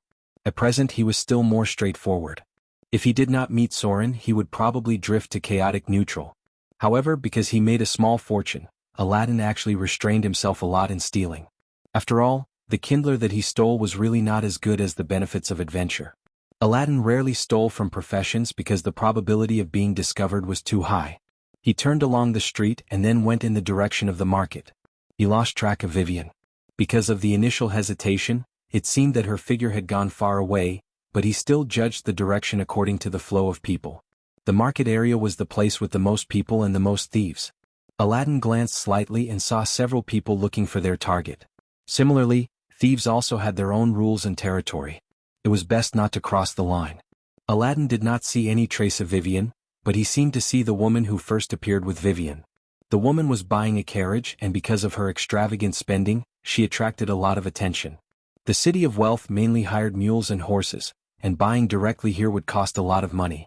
Aladdin quietly followed her.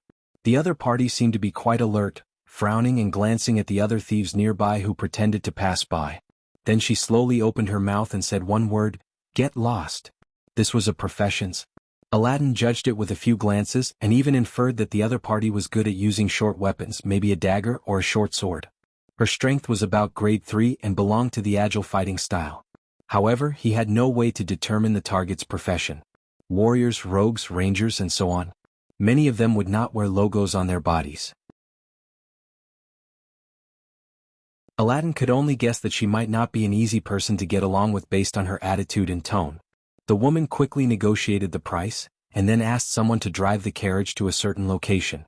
Then she turned and walked in another direction, looking around vigilantly. Aladdin followed her stealthily. He kept a distance of about 100 meters and came to a rather remote inn. This location was 2 streets away from the beginning, and there was an alley in the middle. Over there was the fish market, and a little fishy smell could be smelled from here. The woman quickly entered the inn. Aladdin hesitated for a moment, but still did not enter from the front door. He was still not sure if he saw Vivian or if it was an illusion or someone who looked like her. Aladdin took a detour to the back of the inn. He spat on his hand and climbed up the wall at the back of the hotel. He didn't need much help and easily climbed to the 2nd floor. There was almost no movement in the process. The halfling rogue was first class in this regard. He quietly listened to the sound in the first room, and there seemed to be no one inside. Then he carefully walked to the 2nd room. There seemed to be a man in this room and there was a snoring sound in it. He seemed to have heard the sound of the door opening, so he quickly went around a position, and then approached the room in the corner. Who is it? Before he could sneak in to observe, there was a clear cold snort in the room, followed by the voice of a little girl. How dare you run in front of me? You're courting death. Hold, human. Aladdin's figure was stiff in place, and soon the woman came out, looked at him coldly, then picked up the puppet like Aladdin and carried him directly into the room. Sitting on the bed was a very beautiful little girl. She frowned and looked at Aladdin, then said, "It's you? Aladdin?" Aladdin could not move his whole body and he could only move his eyes slightly. The little girl frowned slightly, waved her hand gently to remove the spell, and then said in a condescending tone, "Why are you here? How dare you follow me?" The halfling sat on the ground with a plop, looked at the little girl in front of him with a surprised expression and murmured, "Vivian? When did you become so powerful?" The little girl's expression was a little angry. She glared at him and muttered to herself, "I'm not that idiot." "I'm Lily?" "Yes. I'm Vivian. Is it strange that I've become powerful?" Speaking of this, the little girl raised her head and her voice was raised a lot. It looked like she was full of momentum and took it for granted. Why is she talking so incoherently? Aladdin had some doubts about whether the little girl in front of him was Vivian, or her twin sister or something. Anyway, Aladdin's intuition was very good. He found that the little girl in front of him was very different from the one in his memory. Although her appearance was almost the same as in his memory, her expression, tone of voice, and so on were not the same as the Vivian he knew in the past. In his memory, Vivian was a very obedient and well-behaved little girl.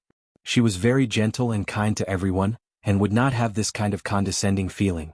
Moreover, Vivian seemed to like white, right? She used to wear a lot of white dresses.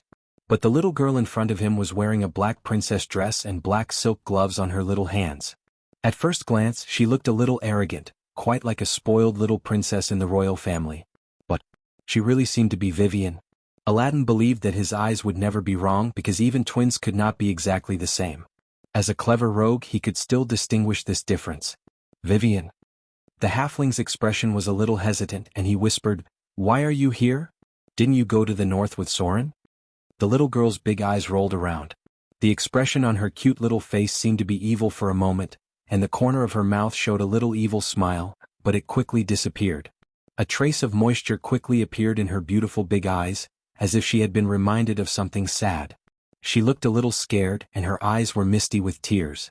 She said in a very tender voice that made one's heart ache, "It was like this. But my brother and I met a bad guy. As a result, we got separated. Fortunately, I met this big sister. She was very kind to help me and brought me here." Women were born with a natural talent for acting. The beautiful woman next to her immediately changed her expression, and her face showed that she was right. The little girl then stood up and glanced at Aladdin, who was about the same height as her, and said in a pitiful voice, "I thought you were that bad guy, so I used magic on you. Don't blame me, okay?" Acting cute was a success. The little girl's pitiful appearance quickly let Aladdin put down some doubts, because at this time, Vivian was very similar to what he remembered. Maybe it was because she was in trouble so she looked a little different? "Who attacked you?" Aladdin's eyes were slightly dazed, but he didn't notice it himself. He was quite angry and said, "Don't be afraid. If a bad guy bullies you, I'll help you deal with him. The charm was successful.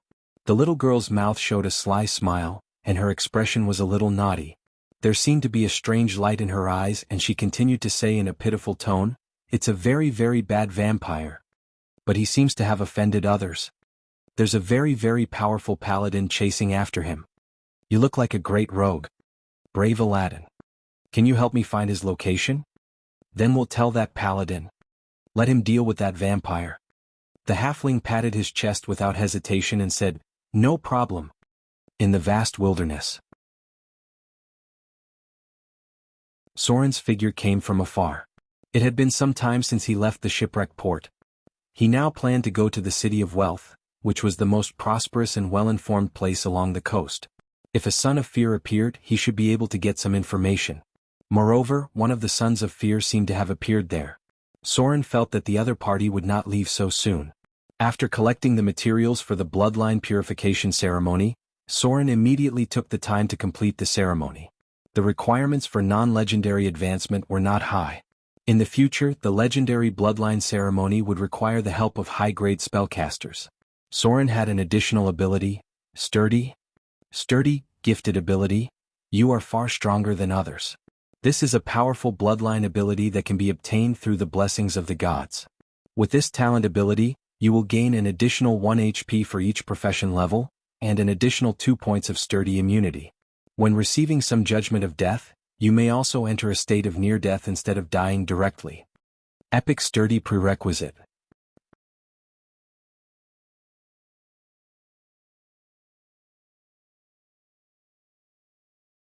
Chapter 178. You'll kill him like this. An anxious voice suddenly sounded in the little girl's mind, but her expression was as if nothing had happened. She curled her lips and said, "How can that be? He looks quite powerful too. Besides, the halflings have good luck. If we don't let him help us find the Son of Fear, do we have to find him ourselves? There is telepathy between the Sons of Fear. This idiot is so useless. I can't even beat him. Now we can only wait until we find him, and then find a way to make him and the others suffer so that we have a chance to kill him." The voice in her head seemed a little angry and said discontentedly, "Let me out. How can Aladdin deal with that vampire? He can't even block one of your spells. If he is found, he will be killed by the Son of Fear." The little girl played with her hair in boredom, walked to the window and said with a smile, "I won't let you out. Who told you to use up all your energy, you idiot?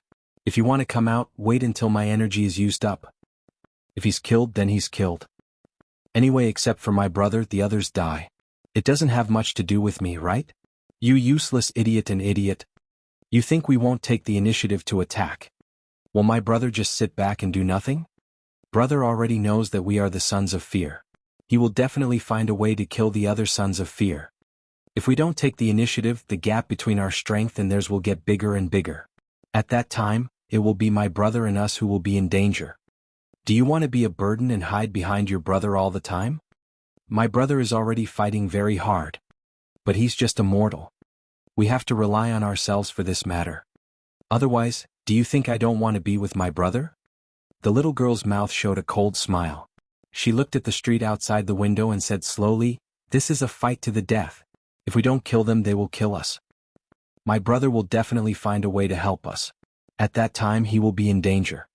If we die, my brother will definitely avenge us. At that time, my brother will be in even more danger. Put away your lamentable weakness and goodness. Vivian, we can't lose this battle." The voice in his head went silent, and the will that had been trying to seize control of his body also went silent. However, there was still a faint thought, and it said in a somewhat sulky voice, "Big brother is my big brother, not your big brother. You're not allowed to call him brother." The corners of the little girl's mouth revealed a playful smile. She lifted her small white hands to untie her headband and then tied her hair into a pair of beautiful ponytails. She blinked her eyes and said with a mischievous smile, "What's yours is mine, and what's mine is still mine." Lillian won completely.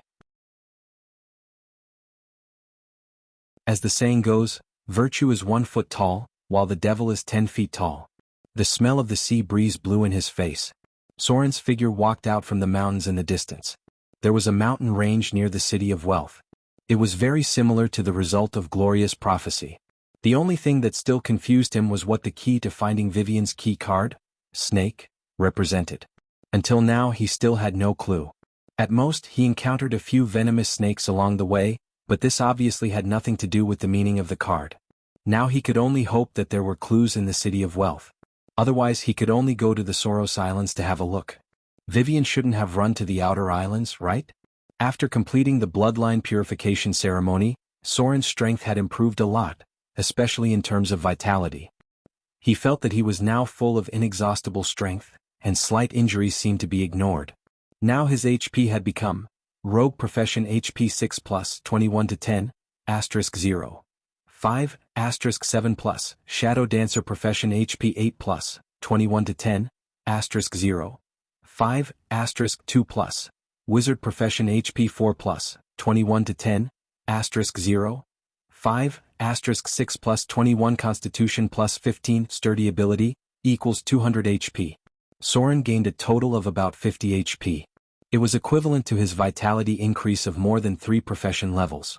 At this stage his HP was equivalent to a vampire with a creature level of 14, or a purebred warrior with a profession level of 12. It might not be as good as a barbarian because a barbarian had many additional abilities, and they were born with the ability to comprehend the Sturdy ability. This was only the 3rd grade bloodline purification ceremony. There was still the legendary bloodline purification ceremony. If he could master Epic Sturdy, the profession could increase his HP by an additional 30 points at each stage. The maximum increase was 10 times. In total he could increase his HP to 300 points. At that time, the vitality of a legendary melee profession was not far from that of a giant dragon. Soren still had a chance to get Epic Sturdy, because one of the prerequisites of this legendary ability was that it required 25 points of Constitution. Soren was not far from this attribute requirement. The attribute points gained from the profession level were definitely not enough because he mainly improved his agility. In this aspect he could start from Divinity. Minor Divinity could increase all attributes by 1. Soren was not completely without the possibility of mastering Epic Sturdy. As he was getting closer to the City of Wealth, Soren could not help but quicken his pace. The vision in the distance gradually widened. He could see the vast beach and the sea. There were more reefs near the south coast. The possibility of ships hitting the reefs was very high. Therefore, most of the cities were built in relatively safe waters. The City of Wealth was near the port in the bay ahead. It was a route to the Soros Islands. Vaguely he could still see a very small shadow of a ship. However, the first thing he saw was not the sails. Although many of the environments were similar to the previous world in Soren's memory, this world was flat. This was not a planet. It was more like a flat world frame. There were only ups and downs in the terrain. This kind of parallel continental shelf was quite common. Whether it was the bottomless abyss or the Bator Inferno, they were all layers of continental shelf structure. Another kind of power of law maintained the operation of the world, and at the same time connected to other planes of space. The upper and lower planes were like layers of pyramids. When the bottom of the 2 pyramids were put together, it would be the material plane with the largest space. There were many things that Soren was not very clear about. What was the structure of the entire multidimensional universe? He only saw a little bit when traveling in the astral world. The astral world could connect most of the planes of space. When traveling in it, it was possible to see a half-plane flying at high speed. It felt a bit like a person standing in the universe traveling, but what he saw was not a planet, but a suspended, motionless, moving plane of space. It was like a planet wrapped in eggshell-like power of law. Above the astral world was the kingdom of the gods. The 4 sides were the elemental planes and below was the abyss. When traveling in the astral world, it was possible to encounter the dead kingdom. Rogues were not very suitable for cross-plane travel. In addition to the shadow plane, Soren did not even go to the spiritual world. In this regard, spellcasters had a natural advantage. A day passed quickly. Soren could already see the port in front of him. There were many large ships parked outside. The center of the southern maritime trade was the City of Wealth. It was also a transit station for cross-sea continental trade. Soren even saw the ships of the Soros Islands, as well as female warriors living in the tropical rainforest. These women bargained like merchants, occasionally showing off their beauty, breasts, and muscles. When you saw a strong but wild woman showing off her muscles that were more developed than yours, you would suddenly feel uncomfortable. The port was outside the City of Wealth. It was a very prosperous large city. You could see the magnificent temple from afar. It was the giant temple of the goddess of wealth. It was said that there was a mountain-like kindler stored in it.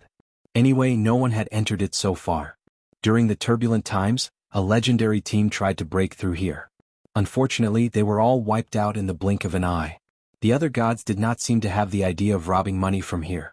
So no one could judge the level of the guards, but it was definitely one of the most dangerous places in the world.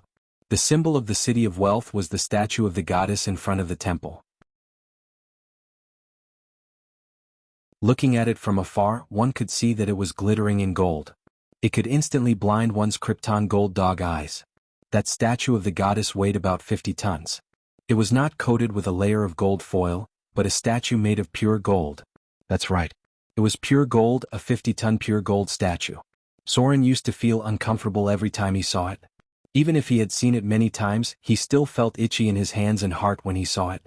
This golden statue could not be touched casually. It was covered with divine power, but there was a blessing ceremony to touch it. Unfortunately, it had to pay a high price. This thing was simply irresistible to thieves. Back in the day, so many people had died because of it. What was a tycoon? This was a tycoon. Among the gods, there was no one more generous than the goddess of wealth. This woman was so rich that it made people collapse. How many people fell under her skirt, crying and shouting to hold her thigh and serve her? Wasn't it because she was so rich that it made people's hair stand on end? If Soren had to choose a god to believe in, then the goddess of wealth would definitely be in the top 3. Among her high-grade believers, there might be a special legendary spell that could be mastered. The name was Dragon Covenant. This was a legendary spell that basically did not require much mana, nor did it require too much power. It did not even matter if one's profession level was not high. It could be used directly. The effect of the spell was to summon a dragon or a group of dragons. A pure-blooded dragon species. It was possible to summon an ancient dragon that descended from the plane, or an ancient dragon that lived in seclusion in the cracks of time and space. It was a very abnormal legendary spell. But it was also very expensive. The legendary spell, Dragon Covenant, started at 100,000 Kindler coins. How much money could be used to summon powerful allies? It did not rule out the possibility of summoning the demigod dragons of the Kingdom of Dragons. Anyway, this legendary spell could only be used by the top tycoons. Soren had only seen it once so far. He used the mountain-like kindler to summon 3 adult red dragons, and then directly destroyed a small city. Soren did not dare to look at the Temple of Wealth. He was afraid that he would be impulsive. Impulsiveness was definitely the devil, so it was better to not see it. It was getting late. Soren was going to find a place to settle down first. There were many people in strange clothes nearby, and many of them had strange faces. These were the people who lived in the outer islands. Some of them directly painted their faces with large amounts of oil paint. The City of Wealth attracted any race that pursued wealth. Other intelligent creatures could be seen everywhere, such as dwarves, elves, orcs, halflings, and so on. Every year, many adventurers from all over the continent came here, wanting to find a chance to make a fortune in the City of Wealth. This was the territory of the tycoons. Just walking on the street, you could see merchants wearing thick gold chains, or at least 8 out of 10 fingers wearing gold rings. Behind them were strong guards who also wore a gold chain. The aura of the tycoons in the City of Wealth was still so strong. Soren felt his hands itching, but he was still very restrained and did not make a move. Because the guards in the City of Wealth were also very powerful. They were the top city army on the road, and almost all of them were equipped with 1 or 2 rare grade equipment. This was the core city of the goddess of wealth. It was also an important source of her faith and the birthplace of spreading her faith. She allowed the believers of the god of theft to move around here, but she absolutely did not allow them to destroy the normal source of wealth. In short, it was no problem for small thieves to make a living, but if they dared to count on stealing to make a fortune, they would be unlucky. If they caught one, they would throw one into the mine. The priests of the goddess of wealth would definitely not mind using more slaves to mine. At least hundreds of people were sent into the mine every year, never to come out again. There was a sudden commotion on the street. Soren frowned and took a look. His expression could not help but show a trace of doubt. Because it was a complete mess in the distance, the crowd was running back in a panic. Some of the big-bellied merchants were sweating profusely, and the gold chains on their necks were shaking. They had a lot of guards under them, so they would not be driven like stray dogs, right? The chaos was gradually expanding. There were more and more people hiding in the crowd. There was a shop next to Soren that seemed to be selling stolen goods. The fierce-looking boss looked into the distance, closed the door without saying a word, and then drove all the other workers in. Further away, some merchants were in a panic and did not know where to go. They directly went into the alley with their guards. The fat figures ran very fast and disappeared in an instant. This scene was rare. People were running everywhere as if they were hiding from the plague, but there was no murderous intent. Could it be that there were people who dared to behave atrociously in the city of the goddess of wealth? Soren's expression became more and more puzzled. He jumped lightly to the second floor, and then looked toward the place where the chaos was happening. At a glance, he almost staggered. Soren jumped down from the roof without saying a word, and then his figure went directly into the shadows. Then he went into stealth mode and quietly entered the alley next to him. It was indeed the plague. To be able to make such a big commotion in the city of wealth and scare others to run around without alerting the city's army, there was only one existence so far. That was a sacred warrior. And it was a very powerful sacred warrior, so much so that others turned around and ran without saying a word. In the distance, a team of silver knights riding on horses could be seen. They were all wearing silver-white knight armor with a knight's sword at their waist. They did not wear a helmet, but their whole body was wrapped tightly in armor. Even their arms were covered in silver-white fish-scale armor. These silver knights looked majestic and full of a sacred aura. With a kind smile on their faces, it was easy for people to have a good impression of them at first glance. They were a group of very charming existences.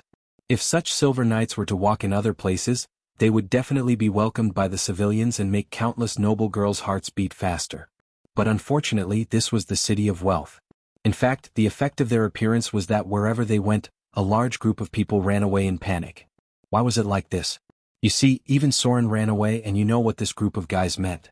Who the F***ck released the paladin?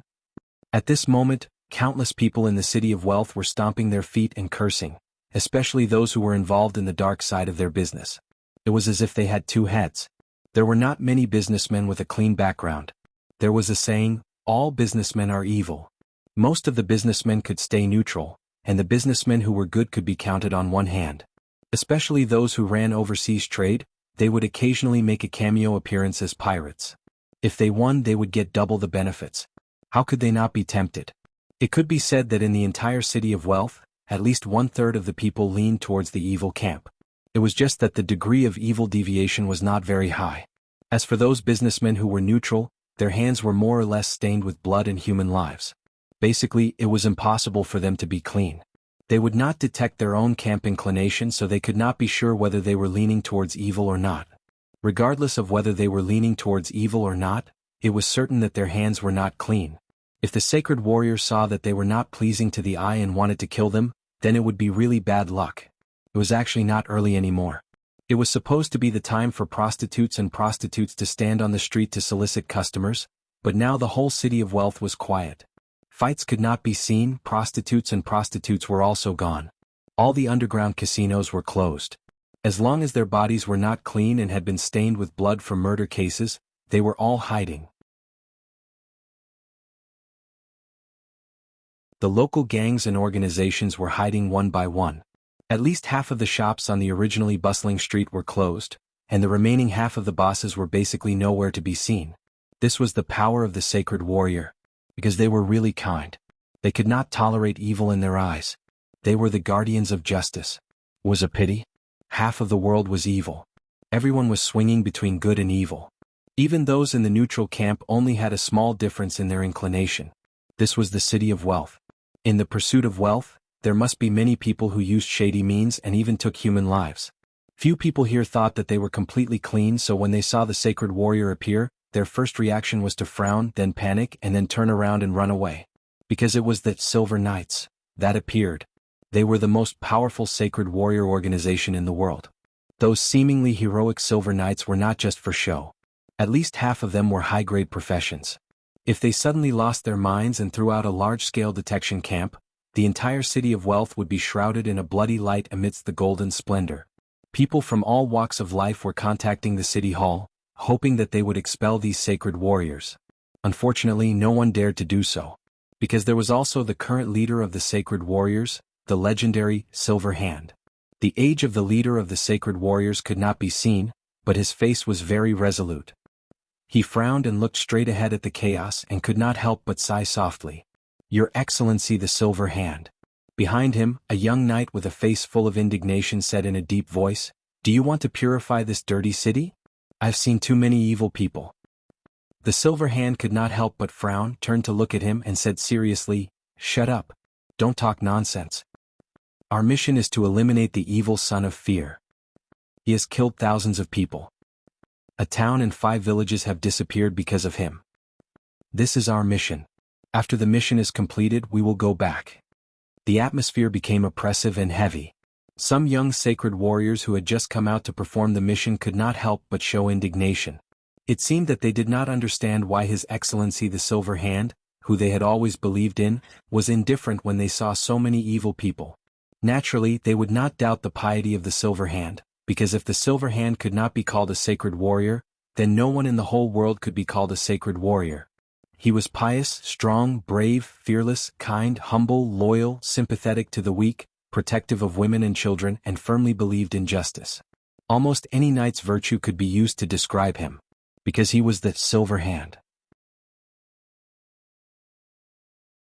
The most powerful and most pious sacred warrior in the world. At his waist was one of the few artifacts in the world, the Star of Day. Only the most orderly and kind existence could use its power. It was as if there was a sadness brewing. The Silver Knights walked on the messy streets and there were almost no people on the road. Their expressions gradually became a little sad and indignant. Some people even hammered their chests heavily and opened their mouths to make a silent roar. They did not understand. They did not understand why they, who believed in justice and guarding the good, were like the plague that made people run away. Only the older sacred warriors still looked calm. They followed behind the Silver Hand silently. It seemed that this was not the first time they had encountered such a situation. Behind them were the young sacred warriors. The faces of these young people gradually turned into sadness, and some even shed tears inexplicably. Maybe some people would leave the ranks of the sacred warriors in the future, but those who stayed would undoubtedly be more pious and firm. The crowd in front gradually increased. Some people in rickety clothes came out of the dirty and filthy alleys. Their faces were full of traces of vicissitudes, and they were bruised and tortured by life. When they saw the figures of these Silver Knights, there was a glimmer of light in their eyes. That light was called hope. Many people knelt on the ground and some even cried and kissed the ground they walked on. A white-haired, crippled old man staggered over. He knelt in front of the Silver Hand, trembling, and bowed his head deeply to express his piety and humility. Tears streamed down his face as he said, "Justice has finally appeared. My son, my daughter, they're all dead. They were all killed by someone." The old man sobbed and knelt deeply on the ground. The Silver Hand slowly leaned over and humbly lowered his head to the old man in front of him. Then he helped him up and said in a deep voice, "The sacred warriors are immortal. Justice lives forever." These words seemed to be filled with boundless power. The young sacred warriors who had been extremely depressed, suddenly felt their blood boil. They stood behind the Silver Hand with a solemn face and looked at the crowd in front of them with firm eyes. Many of them held their swords tightly, and their finger bones turned white because of excessive force. Just a single sentence had awakened their hot-bloodedness and turned their initial depression into endless motivation and perseverance. Only the older sacred warriors showed sadness on their faces. There seemed to be a trace of powerlessness, a trace of loss, and a trace of emotion. In the end, all of them turned into resolute eyes and looked at the group of people in front of them. They were the poorest of the poor, the people who were exploited, oppressed, and brutalized. They were the weak, the most pitiful group of people. They were not evildoers, they were victims. P.S. There was not enough time. I don't know if it was written well, but Fu Tu did his best. You're tuning in to the Han Li's Wuxia Adventures YouTube channel. We're so grateful for your support, and don't forget to subscribe to join us on this incredible journey through captivating stories. Your generosity through donations truly makes a world of difference, as it's the primary source of revenue that allows me to expand and enhance this channel for you. Thank you from the bottom of my heart for being a part of this adventure.